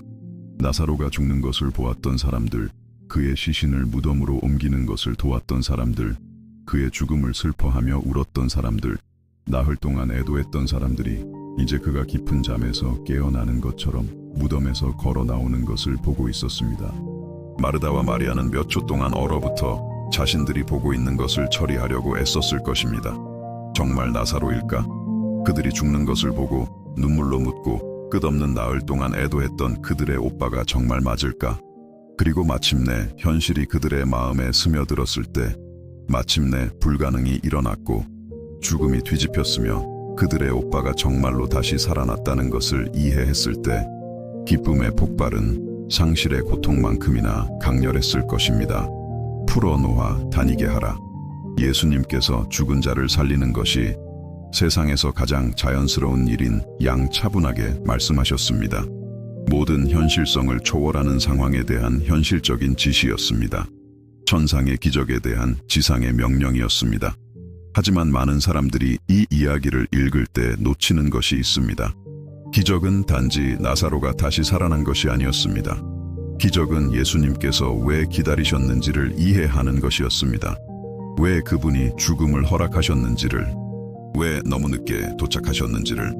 왜냐하면 이제 불가능이 가능해진 앞에서 모든 것이 이전에는 결코 의미를 가질 수 없었던 방식으로 의미를 가졌기 때문입니다. 만약 예수님께서 나사로의 병을 고치셨다면 그것은 아름답지만 유일무이한 기적은 아니었을 것입니다. 그분은 이미 수백 명의 사람들을 다양한 질병에서 고치셨습니다. 아무리 인상적이라도 또 하나의 치유는 예수님의 기적 목록에 하나 더 추가되는 것일 뿐이었을 것입니다. 사람들은 의문을 제기하고 의심하고 대안적인 설명을 찾을 수 있었을 것입니다. 하지만 죽은 지 나흘 된 사람을 살리는 것은요? 그것은 완전히 다른 범주였습니다. 그것은 의문을 허용하지 않고 의심의 여지를 남기지 않으며 예수님을 강력한 치유자로서 뿐만 아니라 죽음 그 자체에 대한 절대적인 권위를 가진 분으로 확립하는 능력의 증명이었습니다. 그리고 그 이상으로 나사로가 죽도록 허락하심으로써 예수님께서는 그에게 이전에는 어떤 인간도 경험해 본 적 없는 경험을 선사하셨습니다. 나사로는 단지 병에서 나은 것이 아니었습니다. 그는 죽음을 경험하고 나서 다시 생명을 경험했습니다. 그는 우리 모두가 건너기를 두려워하는 그 마지막 선을 건넜고 그 이야기를 전하기 위해 돌아왔습니다. 그가 얼마나 비범한 간증을 가졌을까요? 생명, 죽음, 영혼에 대해 말할 수 있는 얼마나 독특한 권위를 얻었을까요? 그날 이후 나사로가 나누었을 대화를 상상해 보십시오. 누군가가 죽음의 두려움과 싸우고 있을 때 죽었다가 돌아온 사람보다 그를 더 잘 위로할 수 있는 사람이 누가 있겠습니까? 누군가가 죽음 이후의 삶이 있는지 의문을 가질 때 문제의 양쪽을 모두 경험한 사람보다 더 잘 대답할 수 있는 사람이 누가 있겠습니까? 예수님께서는 나사로에게 단지 몇 년 더의 지상 생명을 주신 것이 아니었습니다. 그분은 그에게 정상적인 이해를 초월하는 존재에 대한 관점을 주셨습니다. 그에게 독특한 사역, 비할 데 없는 간증, 다른 어떤 인간도 소유하지 못한 영적 권위를 주셨습니다. 그리고 어쩌면 그것이 하나님께서 당신의 삶에서도 하고 계신 일일지도 모릅니다. 당신이 죽었다고 생각하는 영역들, 희망 없어 보이는 그 관계들, 묻힌 것처럼 보이는 그 꿈들, 영원히 잃어버린 것처럼 보이는 그 기회들, 어쩌면 그 영역들은 단지 회복을 위해서가 아니라 이전에 존재했던 어떤 것보다 훨씬 더 영광스러울 부활을 위해 준비되고 있는 것일지도 모릅니다. 왜냐하면 여기에 하나님의 방법에 대한 깊은 진실이 있기 때문입니다. 그분은 거의 모든 것을 이전과 똑같이 복원하지 않으십니다. 그분이 불가능한 상황에 개입하실 때, 죽었던 것을 부활시키실 때, 잃어버렸던 것을 회복시키실 때, 그분은 종종 잃어버린 것을 되찾을 뿐만 아니라 이전에 존재하지 않았던 영광, 능력, 의미의 차원을 추가하는 방식으로 그렇게 하십니다. 무덤에서 나온 나사로는 단지 들어갔던 그 나사로가 아니었습니다. 그는 나사로 플러스였습니다. 그는 이전에는 알지 못했던 모든 것을 초월하는 경험, 간증, 현실에 대한 이해를 가진 나사로였습니다. 그는 죽음의 경험뿐만 아니라 부활의 경험으로 변화된 나사로였습니다. 그리고 이것은 우리를 하나님의 타이밍에 대한 혁명적인 이해로 이끕니다. 우리는 종종 하나님께 우리가 원하는 것을 우리가 원할 때 달라고 기도합니다. 하지만 하나님께서는 그분의 무한한 지혜 속에서 종종 우리가 구한 것보다 무한히 더 좋은 것을, 우리의 일시적인 안녕뿐만 아니라 우리의 영원한 변화를 극대화하기에 완벽한 타이밍에 주십니다. 마르다와 마리아는 예수님께서 나사로를 고쳐주시기를 원했습니다. 하나님께서는 그들에게 예수님이 진정으로 누구신지에 대한 그들의 이해를 영원히 바꿀 능력의 증명을 보여주시기를 원하셨습니다. 그들은 상실의 고통을 피하기를 원했습니다. 하나님께서는 그들에게 불가능한 회복에 비할 데 없는 기쁨을 주시기를 원하셨습니다. 그들은 모든 것을 그대로 유지하기를 원했습니다. 하나님께서는 모든 것을 완전히 새로운 차원으로 끌어올리기를 원하셨습니다. 그리고 어쩌면 그것이 바로 당신이 하나님께서 너무 늦게 도착하셨다고 느끼는 당신 삶의 영역들에서 일어나고 있는 일일지도 모릅니다. 어쩌면 그분은 늦게 오시는 것이 아닐지도 모릅니다. 어쩌면 그분은 그분의 개입이 당신의 삶뿐만 아니라 그분의 일을 목격할 모든 사람의 삶에 최대한의 영향을 미칠 바로 그 순간에 도착하고 계신 것일지도 모릅니다. 왜냐하면 우리가 잊어서는 안 될 것이 있기 때문입니다. 나사로의 부활 기적은 단지 나사로, 마르다, 마리아에게만 영향을 미친 것이 아닙니다. 그것은 그곳에 있던 모든 군중에게 영향을 미쳤습니다. 베다니의 온 공동체에 영향을 미쳤습니다. 그 기적의 여파에 너무나 놀라 예수님을 죽일 계획을 세우기 시작한 예루살렘의 종교 지도자들에게 영향을 미쳤습니다. 2000년 기독교 역사 동안 이 이야기에서 희망을 찾은 여러 세대의 신자들에게 영향을 미쳤습니다. 만약 예수님께서 이틀 전에 도착하셔서 나사로의 병을 고치셨다면 그 영향은 지역적이고 일시적이었을 것입니다. 하지만 그분이 도착하신 그 순간에 그분이 하신 일을 그 방식대로 하심으로써 그분은 수세기를 통해 퍼져나가 오늘날 2000년 후에 당신과 내게까지 닿는 영향의 파동을 만드셨습니다. 그리고 어쩌면 하나님께서 당신의 상황에서도 똑같은 일을 하고 계실지 모릅니다. 어쩌면 그분은 단지 당신의 개인적인 문제에 대한 해결책뿐만 아니라 당신이 상상할 수 있는 것보다 훨씬 더 많은 사람들에게 영향을 미칠 그분의 능력의 증명을 조율하고 계실지 모릅니다. 어쩌면 당신의 부활 이야기는 당신뿐만 아니라 당신의 가족, 친구, 공동체, 아직 알지도 못하는 사람들에게까지 닿을 간증이 되도록 준비되고 있는 것일지도 모릅니다. 하나님께서 기적을 행하실 때 그분은 크게 생각하시기 때문입니다. 그분이 불가능한 상황에 개입하실 때 그분은 단지 개인적인 문제를 해결하는 데에만 관심이 있으신 것이 아닙니다. 그분은 그분의 이름을 영화롭게 하고 많은 사람들의 믿음을 강화하는 방식으로 그분의 본성, 그분의 능력, 그분의 사랑을 증명하는 데 관심이 있으십니다. 나사로의 부활은 우리에게 하나님께 너무 늦은 때란 결코 없다는 것을 가르쳐줍니다. 어떤 상황이 얼마나 오랫동안 죽은 것처럼 보였는지는 중요하지 않습니다. 어떤 상실이 얼마나 돌이킬 수 없어 보이는지는 중요하지 않습니다. 어떤 회복이 얼마나 불가능해 보이는지는 중요하지 않습니다. 부활이요, 생명 그 자체이신 하나님께는 되돌릴 수 없고 회복될 수 없으며 부활할 수 없는 상황이란 존재하지 않습니다. 하지만 그것은 또한 우리에게 하나님의 타이밍이 우리에게는 완전히 잘못된 것처럼 보일 때조차도 완벽하다는 것을 가르쳐 줍니다. 그분의 관점은 영원한 반면 우리의 관점은 시간적입니다. 그분의 목표는 최대의 영광인 반면 우리의 목표는 종종 즉각적인 위안입니다. 그분의 방법은 종종 우리의 방법과 정반대이지만 그분의 결과는 항상 우리의 결과보다 우월합니다. 그러니 만약 당신이 하나님께서 너무 늦게 도착하셨다고 느끼는 시기를 지나고 있다면, 그분이 당신의 상황에 변화를 줄 기회를 놓치신 것처럼 보인다면, 당신 삶의 어떤 영역이 기적을 기다리는 동안 죽어버린 것처럼 보인다면 나사로를 기억하십시오. 죽은 지 나흘 된 사람을 살리신 하나님이 오늘 당신의 삶에서 일하고 계시는 바로 그 하나님이라는 것을 기억하십시오. 베다니의 가장 슬픈 장례식을 그 도시가 본 적 없는 가장 기쁜 축제로 바꾸신 분이 당신의 비극을 승리로, 당신의 상실을 얻음으로, 당신의 죽음을 부활로 바꾸실 수 있다는 것을 기억하십시오. 그리고 하나님께서 마침내 당신의 상황에 행동하실 때, 그리고 그분은 행동하실 것입니다. 왜냐하면 그분은 그분의 약속에 신실하시기 때문입니다. 그분은 단지 당신이 구한 것을 하실 뿐만 아니라 당신의 가장 낙관적인 기대를 뛰어넘는 무한히 더 위대한 무언가를 하실 것이라는 것을 기억하십시오. 당신이 왜 기다려야만 했는지, 왜 고통을 겪어야만 했는지, 왜 영광스러운 부활을 목격하기 전에 명백한 죽음을 경험해야만 했는지를 이해하게 만들 무언가를 말입니다. 왜냐하면 우리가 섬기는 하나님은 어떤 동화보다도 뛰어난 해피엔딩의 전문가이시기 때문입니다. 그분은 비극을 승리로 바꾸는 대가이십니다. 그분은 죽었던 것을 부활시키고 잃었던 것을 회복시키며 끝났던 것을 새롭게 하시는 전문가이십니다. 그리고 그분은 바로 이 순간 당신의 삶에서 일하고 계시며 당신이 겪었던 모든 기다림, 모든 고통, 모든 혼란의 가치가 있는 기적을 준비하고 계십니다. 그리고 이제 우리는 충격적인 질문으로 시작하여 인간 의심의 가장 어두운 골짜기를 지나 신성한 계시의 가장 높은 산까지 우리를 이끈 이 비범한 여정의 끝에 도달했습니다.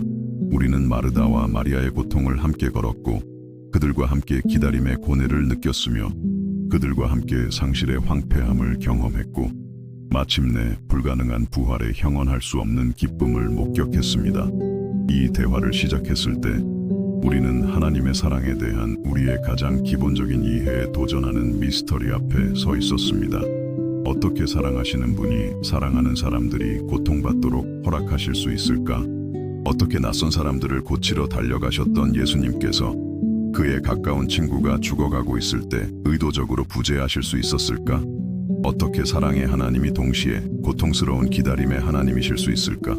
이제 이 비범한 이야기의 각 단계를 함께 걸어온 후 우리는 하나님을 무관심으로 고발하는 것처럼 보였던 그 질문들이 사실은 그분의 이해할 수 없는 사랑의 깊이를 드러냈다는 것을 알 수 있습니다. 우리가 버림받았다고 해석했던 것이 사실은 준비였다는 것을 이해할 수 있습니다. 우리가 잔인함으로 보았던 것이 사실은 우리의 제한된 마음이 도달할 수 없는 차원에서 작동하는 지혜였다는 것을 이해할 수 있습니다. 나사로의 이야기는 우리에게 하나님의 사랑이 항상 우리가 기대하는 방식이나 우리가 선호하는 타이밍에 나타나는 것은 아니라는 것을 가르쳐 줍니다. 때로는 신성한 사랑이 우리를 고통에서 구해주는 것이 아니라 그 고통을 사용하여 우리가 상상할 수 있었던 것보다 무한히 더 영광스러운 것을 만들어내는 것으로 드러납니다.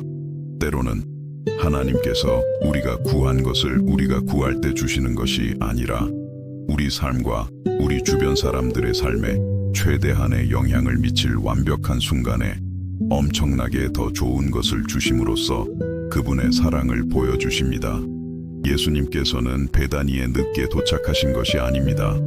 그분은 그분이 진정으로 누구신지를 정확히 드러내기 위해 정확히 해야 할 일을 할 바로 그 적절한 순간에 도착하셨습니다.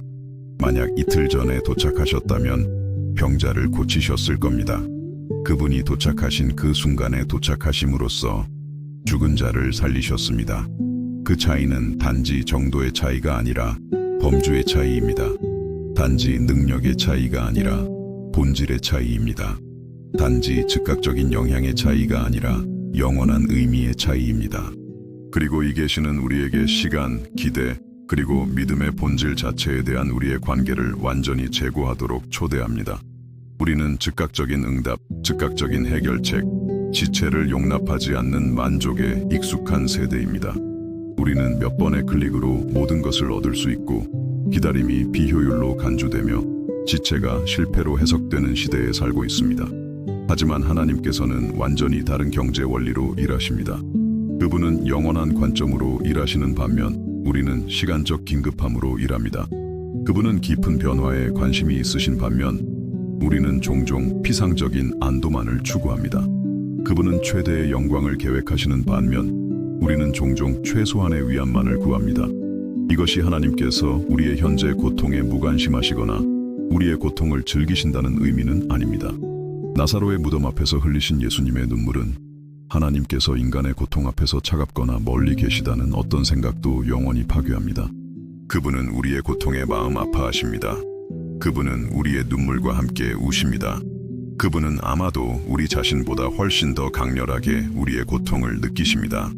왜냐하면 그분은 무한한 마음, 완벽한 사랑, 완전한 이해로 그것을 느끼시기 때문입니다. 하지만 그분은 또한 우리가 볼 수 없는 것을 보십니다. 그분은 우리가 불가능만을 보는 곳에서 가능성을 보십니다. 그분은 우리가 장애물만을 인식하는 곳에서 기회를 인식하십니다. 그분은 우리의 가장 큰 비극조차도 우리의 가장 큰 승리를 위한 재료로 사용하는 방법을 이해하십니다. 나사로의 부활은 우리에게 하나님께는 돌이킬 수 없는 상황이 없고 해결할 수 없는 문제가 없으며 그분의 생명보다 더 강한 죽음이 없다는 것을 드러냅니다. 하지만 그것은 또한 우리에게 그분의 기적이 종종 우리의 인내, 우리의 신뢰, 모든 증거가 우리의 믿음이 근거 없다고 암시할 때조차 계속해서 믿으려는 우리의 의지를 요구한다는 것을 보여줍니다. 마르다와 마리아는 영적 삶의 가장 어려운 교훈 중 하나를 배워야 했습니다. 하나님을 사랑하는 것이 고통 없는 삶을 보장해 주지는 않지만 어떤 고통도 낭비되지 않을 것이며 어떤 눈물도 무시되지 않을 것이며 어떤 고통도 목적 없이 일어나지 않을 것이라는 것을 보장해 준다는 교훈을 말입니다. 그들은 예수님께 사랑받는다는 것이 모든 폭풍으로부터 보호받는 것을 의미하는 것이 아니라 가장 격렬한 폭풍조차도 훨씬 더 비범한 기적을 위한 기회로 변모될 수 있다는 확신을 갖는 것을 의미한다는 것을 발견했습니다. 그리고 어쩌면 그것이 바로 당신이 당신 자신의 여정에 대해 이해해야 할 것일지도 모릅니다. 어쩌면 당신이 하나님께서 너무 늦게 도착하셨다고 느끼는 당신 삶의 영역들이 바로 그분께서 그분의 가장 영광스러운 개입을 준비하고 계신 영역들일지도 모릅니다. 어쩌면 죽은 것처럼 보이는 관계들이 원래의 삶보다 훨씬 더 아름다운 부활을 위해 준비되고 있는 것일지도 모릅니다. 어쩌면 묻힌 것처럼 보이는 꿈들이 당신이 결코 상상하지 못했던 목적과 영향력의 차원으로 부활하기 위해 준비되고 있는 것일지도 모릅니다. 어쩌면 당신이 놓친 기회, 닫힌 문, 막힌 길이 하나님께서 당신을 잊으셨다는 증거가 아니라 그분이 처음부터 계획하셨던 모든 영광으로 부활할 수 있도록 바로 이 명백한 죽음의 시기를 요구하는 더 크고 더 나으며 다른 무언가를 준비하고 계시다는 신호일지도 모릅니다. 왜냐하면 여기에 나사로의 이야기가 지붕 위에서 외치는 진실이 있기 때문입니다. 우리가 섬기는 하나님은 불가능의 전문가이십니다. 그분은 막다른 상황에 전문화되어 있습니다. 그분은 끝을 시작으로, 죽음을 탄생으로, 절망을 희망으로, 비극을 승리로 바꾸는 대가이십니다. 나사로의 무덤 주위에 있던 사람들이 예수님께서 나사로야 나오라 고 외치시는 것을 들었을 때 그들은 자연의 모든 법칙, 모든 의학적 이해, 모든 인간의 기대를 거스르는 것을 목격했습니다. 하지만 예수님께는 그것이 자연 법칙의 위반이 아니었습니다. 그것은 생명이 항상 죽음보다 강하고 사랑이 항상 상실보다 강력하며 희망이 항상 절망보다 더 오래 지속되는 하나님 나라의 더 높은 법칙의 증명이었습니다. 그리고 이 똑같은 더 높은 법칙이 오늘 당신의 삶에서 작동하고 있습니다. 어쩌면 당신은 아직 그것들을 볼 수 없을지도 모릅니다. 어쩌면 당신은 그것들이 작동하는 것을 느낄 수 없을지도 모릅니다. 어쩌면 당신은 그것들이 당신의 특정 상황을 어떻게 바꿀 수 있는지 이해할 수 없을지도 모릅니다. 하지만 그것들은 거기에 있고 보이지 않게 일하며 당신의 상상력조차 놀라게 할 기적들을 준비하고 있습니다. 나사로의 이야기가 우리에게 발전하도록 초대하는 믿음은 고통의 현실을 부정하거나 고통이 존재하지 않는 척하는 순진한 믿음이 아닙니다. 그것은 고통을 인식하고 상실을 깊이 느끼며 비극 앞에서 진정으로 울지만 고통이 마지막 말이 되거나 상실이 마지막 장이 되거나 비극이 이야기의 끝이 되는 것을 받아들이기를 거부하는 성숙한 믿음입니다. 그것은 마르다와 함께 이렇게 말하는 법을 배우는 믿음입니다. 주님, 저는 당신의 방법을 이해하지 못합니다. 당신의 타이밍을 이해하지 못합니다. 당신의 사랑이 당신이 허락하시는 고통을 통해 어떻게 나타나는지 완전히 처리할 수 없습니다. 하지만 그럼에도 불구하고 저는 당신이 당신이라고 말씀하신 바로 그분임을 믿습니다. 그럼에도 불구하고 저는 당신께서 모든 상황에 대한 권능을 가지고 계심을 신뢰합니다. 그럼에도 불구하고 제가 구하는 것과 완전히 다른 것이라 할지라도 당신이 무언가 하실 것을 기대합니다. 그것은 예수님처럼 우는 법을 배우는 믿음입니다. 고통 앞에서 진정으로 감동하고 삶의 힘든 현실을 부정하는 피상적인 영성을 가장하지 않으면서도 동시에 그 현실들이 하나님이 누구시며 그분이 무엇을 하실 수 있는지에 대해 마지막 말을 하도록 내버려 두기를 거부하는 믿음입니다. 그것은 수동적이 아니라 능동적으로 기다리는 법을 배우는 믿음입니다. 체념적으로가 아니라 희망적으로, 인내로 위장한 절망이 아니라 우리가 그분의 활동에 어떤 증거도 볼 수 없을 때조차 하나님께서 일하고 계시다는 진정한 기대를 가지고, 왜냐하면 여기에 아마도 이 모든 여정에 가장 중요한 교훈이 있기 때문입니다. 하나님은 항상 일하고 계십니다. 그분이 침묵하시는 것처럼 보일 때조차 그분은 조율하고 계십니다. 그분이 부재하시는 것처럼 보일 때조차 그분은 예비하고 계십니다. 그분이 너무 늦게 도착하신 것처럼 보일 때조차 그분은 그분의 개입이 최대한의 영향을 미칠 바로 그 순간에 도착하고 계십니다. 예수님께서 나사로가 고통받는 동안 멀리 머무르셨던 나흘은 신적인 비활동의 날들이 아니었습니다. 그것은 강렬한 준비의 날들이었습니다. 그것은 하나님께서 사람들, 상황, 타이밍, 마음, 생각, 기대를 정렬하고 계셨던 날들이었습니다. 그것은 그분께서 단지 기적 하나가 아니라 그 기적이 관련된 모든 사람의 삶에 최대한의 영향을 미칠 완벽한 맥락을 준비하고 계셨던 날들이었습니다. 그리고 어쩌면 그것이 바로 당신이 하나님께서 행동하시기를 지체하고 계신다고 느끼는 당신 삶의 영역들에서 일어나고 있는 일일지도 모릅니다. 어쩌면 그분은 지체하고 계신 것이 아닐지도 모릅니다. 어쩌면 그분은 준비하고 계신 것일지도 모릅니다. 어쩌면 그분은 당신이 볼 수도 없는 요소들, 아직 알지도 못하는 사람들, 아직 나타나지 않은 기회들, 아직 드러나지 않은 가능성들을 정렬하고 계실지 모릅니다. 어쩌면 그분은 마침내 조화를 이룰 때 너무나 아름답고 강력하며 변화시키는 음악을 만들어낼 상황의 교향곡을 조율하고 계실지 모릅니다. 그 음악은 당신에게 왜 각각의 고통의 음표가 필요했는지, 왜 각각의 침묵의 쉼표가 근본적이었는지, 왜 각각의 불협화음의 순간이 최종적인 조화를 위한 준비였는지를 이해하게 만들 것입니다. 나사로의 부활은 단지 한 남자가 다시 살아난 것이 아니었습니다. 그것은 생명이 죽음보다 강하고 사랑이 상실보다 강력하며 희망이 절망보다 더 오래 지속된다는 우주적인 선언이었습니다. 그것은 그 후에 올 예수님의 부활의 예고편이었고, 그것은 차례로 우리 자신의 미래 부활의 보증이 되었습니다. 그것은 과거의 영혼에서 미래의 영혼까지 이어지는 기적의 사슬에 있는 한 고리였고, 모든 신적인 개입을 구속적인 사랑의 단일 서사로 연결했습니다. 그리고 당신은 그 서사의 일부입니다. 당신의 이야기, 당신의 투쟁, 당신의 고통, 당신의 승리, 당신의 명백한 패배와 실제적인 승리, 이 모든 것이 하나님께서 인류를 통해 이야기하고 계시는 위대한 이야기의 일부입니다. 당신은 다른 사람들에 대한 연극의 조연이 아닙니다. 당신은 영원한 차원을 가진 신성한 서사시의 주인공입니다. 당신 삶에서 해결책이 없어 보이는 상황들은 하나님께서 서사의 통제력을 잃으셨다는 증거가 아닙니다. 그것들은 그분께서 그분의 손길을 벗어나는 상황이 없고, 그분의 능력보다 더 큰 문제가 없으며, 그분의 창조적인 말씀에 저항하는 불가능이 없다는 것을 다시 한번 증명하실 기회입니다.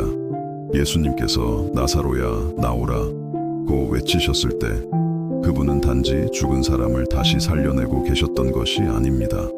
그분은 그분의 목소리가 생명, 사랑, 희망, 기쁨에 반대하는 모든 세력에 대한 권위를 가지고 있음을 증명하고 계셨습니다. 그분은 그분이 누군가가 다시 살 시간이라고 결정하실 때 죽음조차도 저항할 힘이 없다고 선언하고 계셨습니다. 그리고 이 똑같은 목소리가 이 똑같은 권위로 오늘 당신의 삶에 대해 말씀하고 있습니다. 어쩌면 그분은 당신의 죽은 꿈들에게 꿈들아 나오라 고 말씀하고 계실지 모릅니다. 어쩌면 그분은 당신의 희망 없어 보이는 관계들에게 관계들아 나오라 고 말씀하고 계실지 모릅니다. 어쩌면 그분은 당신의 잃어버린 것처럼 보이는 기회들에게 기회들아 나오라 고 말씀하고 계실지 모릅니다. 어쩌면 그분은 이 힘든 시기 동안 죽은 것처럼 느꼈을지도 모르는 당신 자신의 영혼에게 말씀하고 계실지 모릅니다. 영혼아 나오라. 그 절망의 무덤에서 나오라. 그 절망의 띠를 버려라. 다시 살 시간이다. 왜냐하면 여기에 제가 당신에게 남기고 싶은 마지막 약속이 있기 때문입니다. 2000년 전에 나사로를 살리신 바로 그 예수님께서 오늘 당신의 삶에서 일하고 계시는 바로 그 예수님이십니다. 그분은 변하지 않으셨습니다. 그분의 능력은 줄어들지 않았습니다. 그분의 사랑은 식지 않았습니다. 그분의 기적을 행하시는 능력은 시간이나 상황에 의해 감소되지 않았습니다. 그분은 계속해서 부활이요 생명이십니다. 당신이 직면한 모든 상황에 대한 권위를 계속 가지고 계십니다. 당신의 비극적인 결말을 영광스러운 시작으로 바꾸실 수 있습니다. 절망의 페이지 뒤에 희망의 장을 쓰시는 전문가이십니다. 그리고 이제 우리가 이 여정을 함께 마치면서 저는 당신이 혼자가 아니라는 것을 알려드리고 싶습니다. 당신은 수세기를 통해 이어지는 영적 가족의 일원이며 그 가족은 당신을 마르다, 마리아, 나사로 그리고 하나님의 방법이 신비로울 때조차도 그분이 신실하시다는 것을 발견한 수백만 명의 다른 사람들과 연결합니다. 당신은 하나님을 기다리는 것이 가치가 있다는 것을 배우고 그분의 기적이 그들이 요구하는 모든 인내의 가치가 있다는 것을 발견했으며 그분의 영광이 항상 우리의 상상력을 뛰어넘는다는 것을 경험한 믿음의 공동체에 속해 있습니다. 앞으로 올 날들 동안 당신이 의심하고 싶어질 때, 낙심이 당신의 문을 두드릴 때, 하나님께서 다시 당신을 잊으신 것처럼 보일 때 오늘을 기억하십시오. 우리가 함께한 이 여정을 기억하십시오. 나사로를 살리신 바로 그 하나님께서 당신의 삶에서 일하고 계시다는 것을 기억하십시오. 하나님의 어휘에는 너무 늦었다는 말이 없다는 것을 기억하십시오. 그분이 불가능의 전문가라는 것을 기억하십시오. 그분이 그분의 개입이 최대한의 영향을 미칠 바로 그 순간에 나타나는 경향이 있다는 것을 기억하십시오. 그리고 마침내 당신의 삶에서 기적이 일어날 때, 그리고 그것은 일어날 것입니다. 왜냐하면 하나님은 그분의 약속에 신실하시기 때문입니다. 당신이 영원히 죽은 것처럼 보였던 것의 부활을 목격할 때, 당신이 구제불능으로 잃어버린 것처럼 보였던 것의 회복을 경험할 때, 당신이 바꾸기 불가능해 보였던 것의 변화를 목격할 때, 이 기쁨을 다른 사람들과 나누는 것을 기억하십시오. 나사로가 그랬던 것처럼 불가능한 상황에 대한 하나님의 능력에 살아있는 증인이 되십시오. 자신의 꿈의 죽음을 겪고 있는 다른 사람들에게 당신의 부활 이야기를 들려주십시오. 자신의 신성한 침묵의 시기 동안 믿음을 유지하기 위해 애쓰고 있는 다른 사람들과 기다림이 가치가 있었다는 당신의 경험을 공유하십시오. 왜냐하면 그것이 바로 하나님 나라가 확장되는 방식이기 때문입니다. 결코 포기하지 않으시고, 결코 너무 늦게 도착하지 않으시며, 결코 어떤 상황도 그분의 개입이 있기에는 너무 불가능하다고 생각하지 않으시는 하나님의 비범한 능력을 경험한 평범한 사람들의 이야기를 통해서 말입니다. 모든 지각에 뛰어난 하나님의 평강이 당신의 마음과 생각을 지키시기를 바랍니다. 부끄럽게 하지 않는 소망이 당신의 영혼을 채우시기를 바랍니다. 하나님의 무조건적인 사랑에 대한 확신이 당신이 앞으로의 모든 날을 세워나갈 기초가 되기를 바랍니다. 그리고 당신이 부활의 하나님, 불가능의 하나님, 우리가 본 어떤 것보다 항상 더 위대한 기적을 준비하고 계시는 하나님을 섬긴다는 것을 아는 사람의 즐거운 기대를 가지고 매일을 살아가시기를 바랍니다. 당신은 사랑받고 있습니다. 당신은 소중합니다. 당신은 당신이 상상할 수 있는 것보다 훨씬 더 위대한 이야기의 일부입니다. 그리고 당신 이야기의 최고는 아직 오지 않았습니다. 위대한 치유자는 지금 어디에 있는가? 죽음이 자신에게 힘이 없다고 말했던 그는 어디에 있는가? 왜 그는 낯선 사람들은 구하면서 자기 친구는 죽게 내버려 두는가? 우리가 본 모든 것이 환상이었을까? 우리가 그가 정말로 누구인지에 대해 착각했던 걸까? 그리고 어쩌면 당신도 비슷한 질문들에 직면했을지 모릅니다. 어쩌면 당신은 자신의 고통뿐만 아니라 당신이 겪은 일 이후에도 어떻게 계속 하나님을 믿을 수 있는지 이해하지 못하는 친구나 가족들의 선이지만 파괴적인 질문들을 다루어야 했을지 모릅니다. 어쩌면 당신은 자신의 믿음의 위기뿐만 아니라 당신의 삶을 신의 선하심에 대한 일종의 시험으로 여기는 다른 사람들의 믿음의 위기와도 마주해야 했을지 모릅니다. 자신의 삶이 무너져 내리는 것처럼 보일 때 하나님의 대표자로 비치는 것은 끔찍한 압박입니다. 당신 자신이 하나님께서 가장 필요했을 때 어디에 계셨는지 의문을 품고 있을 때 신의 선하심을 변호해야 하는 것은 너무나 무거운 짐입니다. 자신의 믿음이 가장 기본적인 기초에서 흔들리고 있을 때 믿음 안에서 강해야 한다는 것은 짓누르는 책임감입니다. 하지만 여기 제가 당신이 이해하기를 바라는 것이 있습니다. 당신은 하나님을 변호할 책임이 없습니다. 당신은 모든 답을 가질 필요가 없습니다.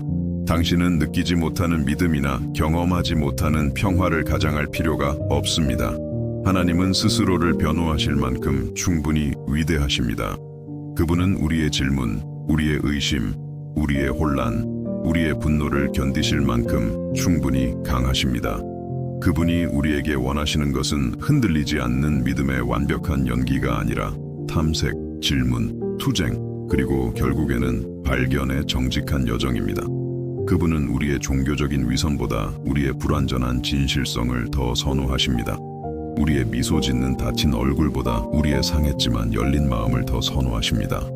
나사로가 무덤에서 보낸 그 나흘 동안 마르다와 마리아는 하나님, 믿음, 희망, 사랑에 대한 그들의 이해에 깊은 변화를 겪었습니다. 그들은 하고 싶지 않았던 질문들과 마주해야 했습니다. 그들은 부정하고 싶었던 현실들을 받아들여야 했습니다. 그들은 유지하고 싶었던 기대들을 놓아주어야 했습니다. 그리고 어쩌면 그것이 바로 당신이 지금 하도록 부름받고 있는 것일지도 모릅니다. 어쩌면 당신 삶의 이 명백한 신의 외면의 시기가 하나님께서 어떻게 일하셔야 하는지에 대한 당신의 제한된 이해를 놓아주고 그분이 실제로 어떻게 일하시는지에 대해 당신의 마음을 열라는 초대일지도 모릅니다. 어쩌면 그것은 당신의 작은 기대들을 하나님의 무한한 가능성으로 바꾸라는 초대일지도 모릅니다. 왜냐하면 여기에 모든 것을 바꿀 수 있는 진실이 있기 때문입니다. 하나님은 거의 우리의 기대의 한계 내에서 일하지 않으십니다. 사실 그분은 우리를 놀라게 하고 우리가 기대하는 것과 정반대의 일을 하며 우리가 통제권을 가지고 있다면 결코 선택하지 않았을 길을 선택하는 특별한 선호를 가지고 계신 것처럼 보입니다. 우리가 속도를 기대할 때 그분은 인내를 선택하십니다. 우리가 즉각적인 기적을 기대할 때 그분은 점진적인 과정을 선택하십니다. 우리가 치유를 기대할 때 그분은 때때로 고통을 통한 변화를 선택하십니다. 우리가 빠른 응답을 기대할 때 그분은 때때로 우리가 믿음, 성품, 그분에 대한 의존 안에서 성장하도록 강요하는 긴 침묵의 기간을 선택하십니다. 이것이 그분이 잔인하거나 무관심하다는 의미는 아닙니다. 그것은 그분이 우리가 볼 수 없는 그림을 보신다는 의미입니다. 그분은 영원한 관점으로 일하시는 반면 우리는 시간적 관점으로 일합니다. 그분은 우리의 즉각적인 문제를 해결하는 것뿐만 아니라 우리의 영원한 본성을 변화시키는 데 관심이 있으십니다. 그분은 우리의 일시적인 위안뿐만 아니라 우리의 영구적인 영적 성장에 신경 쓰십니다. 그리고 때로는 가장 깊은 영적 성장은 승리의 산 정상에서가 아니라 기다림의 골짜기에서 일어납니다. 즉각적인 응답의 순간에서가 아니라 길어진 침묵의 시기에서 일어납니다. 모든 것이 의미 있을 때가 아니라 우리가 이해하지 못하면서 신뢰하고 보지 못하면서 믿으며 보장 없이 기다리도록 강요받을 때 일어납니다. 모든 것이 잘 되어갈 때만 시험받는 믿음은 사실 믿음이 아니라 단지 낙관주의입니다. 강하게 유지되기 위해 유리한 상황에 의존하는 믿음은 진정한 믿음이 아니라 단지 긍정적인 생각입니다. 진짜 믿음, 산을 옮기는 믿음, 삶을 변화시키는 믿음은 모든 외부 증거가 하나님께서 우리를 버리셨다고 암시할 때조차도 굳건히 서 있는 믿음입니다. 그리고 어쩌면 그것이 바로 당신이 지금 발전하도록 초대받고 있는 것일지도 모릅니다. 어쩌면 당신 삶의 이 힘든 시기가 당신이 전에 경험해본 어떤 것보다 더 깊고 더 강하며 더 진정한 믿음을 발견할 기회일지도 모릅니다. 상황에 의존하지 않고 하나님의 변치 않는 성품에 기초한 믿음. 신뢰하기 위해 이해할 필요가 없고 믿기 위해 볼 필요가 없으며 희망하기 위해 보장이 필요 없는 믿음. 마르다와 마리아는 이 믿음을 위해 준비되고 있었습니다. 그들은 자신도 모르는 사이에 인류 역사상 가장 위대한 기적 중 하나의 증인이 되도록 빚어지고 있었습니다. 그들은 그들의 삶뿐만 아니라 수세기 동안 그들의 이야기를 들을 모든 사람의 삶을 영원히 바꿀 무언가를 경험하도록 예비되고 있었습니다. 하지만 그곳에 도달하기 위해 그들은 먼저 그들이 알던 희망의 죽음을 통과해야 했습니다. 그들은 인간 가능성의 끝을 경험해야 했습니다. 그들은 더 이상 할 일이 없고 시도할 자원도 없으며 찾을 해결책도 없는 그곳에 도달해야 했습니다. 그들은 완전한 신적 가능성을 목격할 수 있도록 완전한 불가능의 장소에 도달해야 했습니다. 그리고 당신은요? 당신은 그 장소에 도달했습니까? 당신 자신의 자원, 당신 자신의 힘, 당신 자신의 해결책의 끝에 도달했습니까? 인간적으로 말해서 더 이상 할 일이 없고 모든 문이 닫혔으며 모든 선택지가 고갈된 그 지점에 도달했습니까? 만약 그렇다면 당신은 정확히 하나님께서 당신이 있기를 원하시는 곳에 있는 것입니다. 그분이 당신이 고통받는 것을 보고 즐거워하시기 때문이 아니라 우리가 우리 자신의 끝에 도달했을 때에만 그분의 충만함을 경험할 공간을 갖게 되기 때문입니다.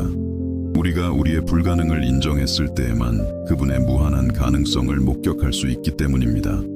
만약 이 메시지가 당신에게 적절한 시기에 찾아와 희망을 주었다면 좋아요를 누르고 이것을 들어야 할 누군가와 공유해주세요. 그리고 댓글로 저에게 알려주세요. 당신 삶의 어떤 영역이 기적을 기다리며 죽어 있는 것처럼 보이나요? 당신의 간증이 똑같은 고통과 싸우고 있는 다른 마음을 격려할 수 있습니다. 왜냐하면 때로는 하나님께서 우리의 기다림의 이야기를 사용하여 다른 마음을 그들 자신의 기적을 위해 준비시키시기 때문입니다. 그리고 이제 우리가 이 발견의 여정을 함께 걸어온 후 마르다와 마리아와 함께 기다림의 고통과 부활의 기쁨을 경험한 후 저는 당신을 이 바로 그 예수님과의 친밀한 순간으로 초대하고 싶습니다. 당신의 삶에서 죽은 것처럼 보이는 모든 상황, 묻힌 것처럼 보이는 모든 꿈, 잃어버린 것처럼 보이는 모든 희망을 그분 앞에 가져올 수 있는 순간입니다. 함께 기도합시다. 당신과 저, 우리의 마음을 마르다와 마리아와 함께 우셨지만 또한 그들의 눈물을 기쁨으로 바꾸실 능력이 있으셨던 그분의 마음과 연결하면서 주 예수님, 저희는 모든 답을 가진 사람들로서가 아니라 당신의 길을 이해하고자 하는 마음으로 당신 앞에 나아옵니다. 마르다와 마리아처럼 저희도 당신께서 너무 늦게 도착하셨다고 느꼈던 순간들, 당신의 침묵이 어떤 말보다 더 크게 들렸던 순간들, 당신의 명백한 부재가 어떤 육체적 고통보다 더 고통스러웠던 순간들을 경험했습니다. 하지만 오늘 나사로의 이야기를 통해 걸어온 후 저희는 당신의 방법이 우리의 이해를 초월하고 당신의 타이밍이 우리에게는 완전히 잘못된 것처럼 보일 때조차도 완벽하며 당신의 사랑이 우리의 제한된 마음이 항상 처리할 수 없는 방식으로 나타난다는 것을 조금 더 잘 이해하게 되었습니다. 주님, 저희는 저희 삶에서 죽은 것처럼 보이는 모든 영역을 당신 앞에 가져옵니다. 희망 없어 보이는 그 관계들, 묻힌 것처럼 보이는 그 꿈들, 영원히 잃어버린 것처럼 보이는 그 기회들, 해결하기 불가능해 보이는 그 상황들, 당신께서 나사로야 나오라 고 외치셨던 것처럼 저희는 당신께서 저희 삶에 대해 똑같은 부활의 말씀을 해주시기를 구합니다. 죽은 것처럼 보이는 것을 생명으로 부르시고 파괴된 것처럼 보이는 것을 회복시키시며 돌아올 가능성 없이 묻힌 것처럼 보이는 것을 부활시켜 주시옵소서. 주님, 저희는 단지 빠른 해결책이나 즉각적인 안도를 구하는 것이 아닙니다. 저희는 당신의 완벽한 뜻, 당신의 완벽한 타이밍, 저희 상황을 통해 드러나는 당신의 최대의 영광을 구합니다. 그것이 더 많은 기다림의 시간을 의미한다면 저희는 인내를 구합니다. 그것이 더 많은 준비의 시간을 의미한다면 저희는 인내를 구합니다. 그것이 고통을 통한 성장을 의미한다면 저희는 용기를 구합니다. 하지만 무엇보다도 주님, 저희는 믿음을 구합니다. 우리가 볼 수 없을 때조차도 계속해서 믿을 수 있는 믿음, 상황이 절망을 암시할 때조차도 계속해서 기다릴 수 있는 믿음, 우리가 당신의 방법을 이해할 수 없을 때조차도 당신의 성품을 계속해서 신뢰할 수 있는 믿음. 주님, 저희 눈물에 무관심하지 않으심에 감사합니다. 저희와 함께 우시니 감사합니다. 더 좋은 것을 준비하고 계심을 아시면서도 저희 고통을 느끼시니 감사합니다. 당신의 사랑이 단지 저희를 고통에서 구해주는 것으로만 나타나는 것이 아니라 고통을 사용하여 영광을 만들어내시는 것으로 나타나심에 감사합니다. 그리고 이제 주님, 저희는 저희 상황을 당신의 손에 맡깁니다. 저희의 해결책이 아니라 저희의 상황을, 저희의 계획이 아니라 저희의 삶을, 저희의 기대가 아니라 저희의 마음을 나사로에게 하셨던 것처럼 저희 삶에 행하시옵소서. 죽음을 생명으로, 절망을 희망으로, 끝을 시작으로 바꾸어 주시옵소서. 당신의 강력하고 사랑스러운 이름으로 기도합니다. 아멘.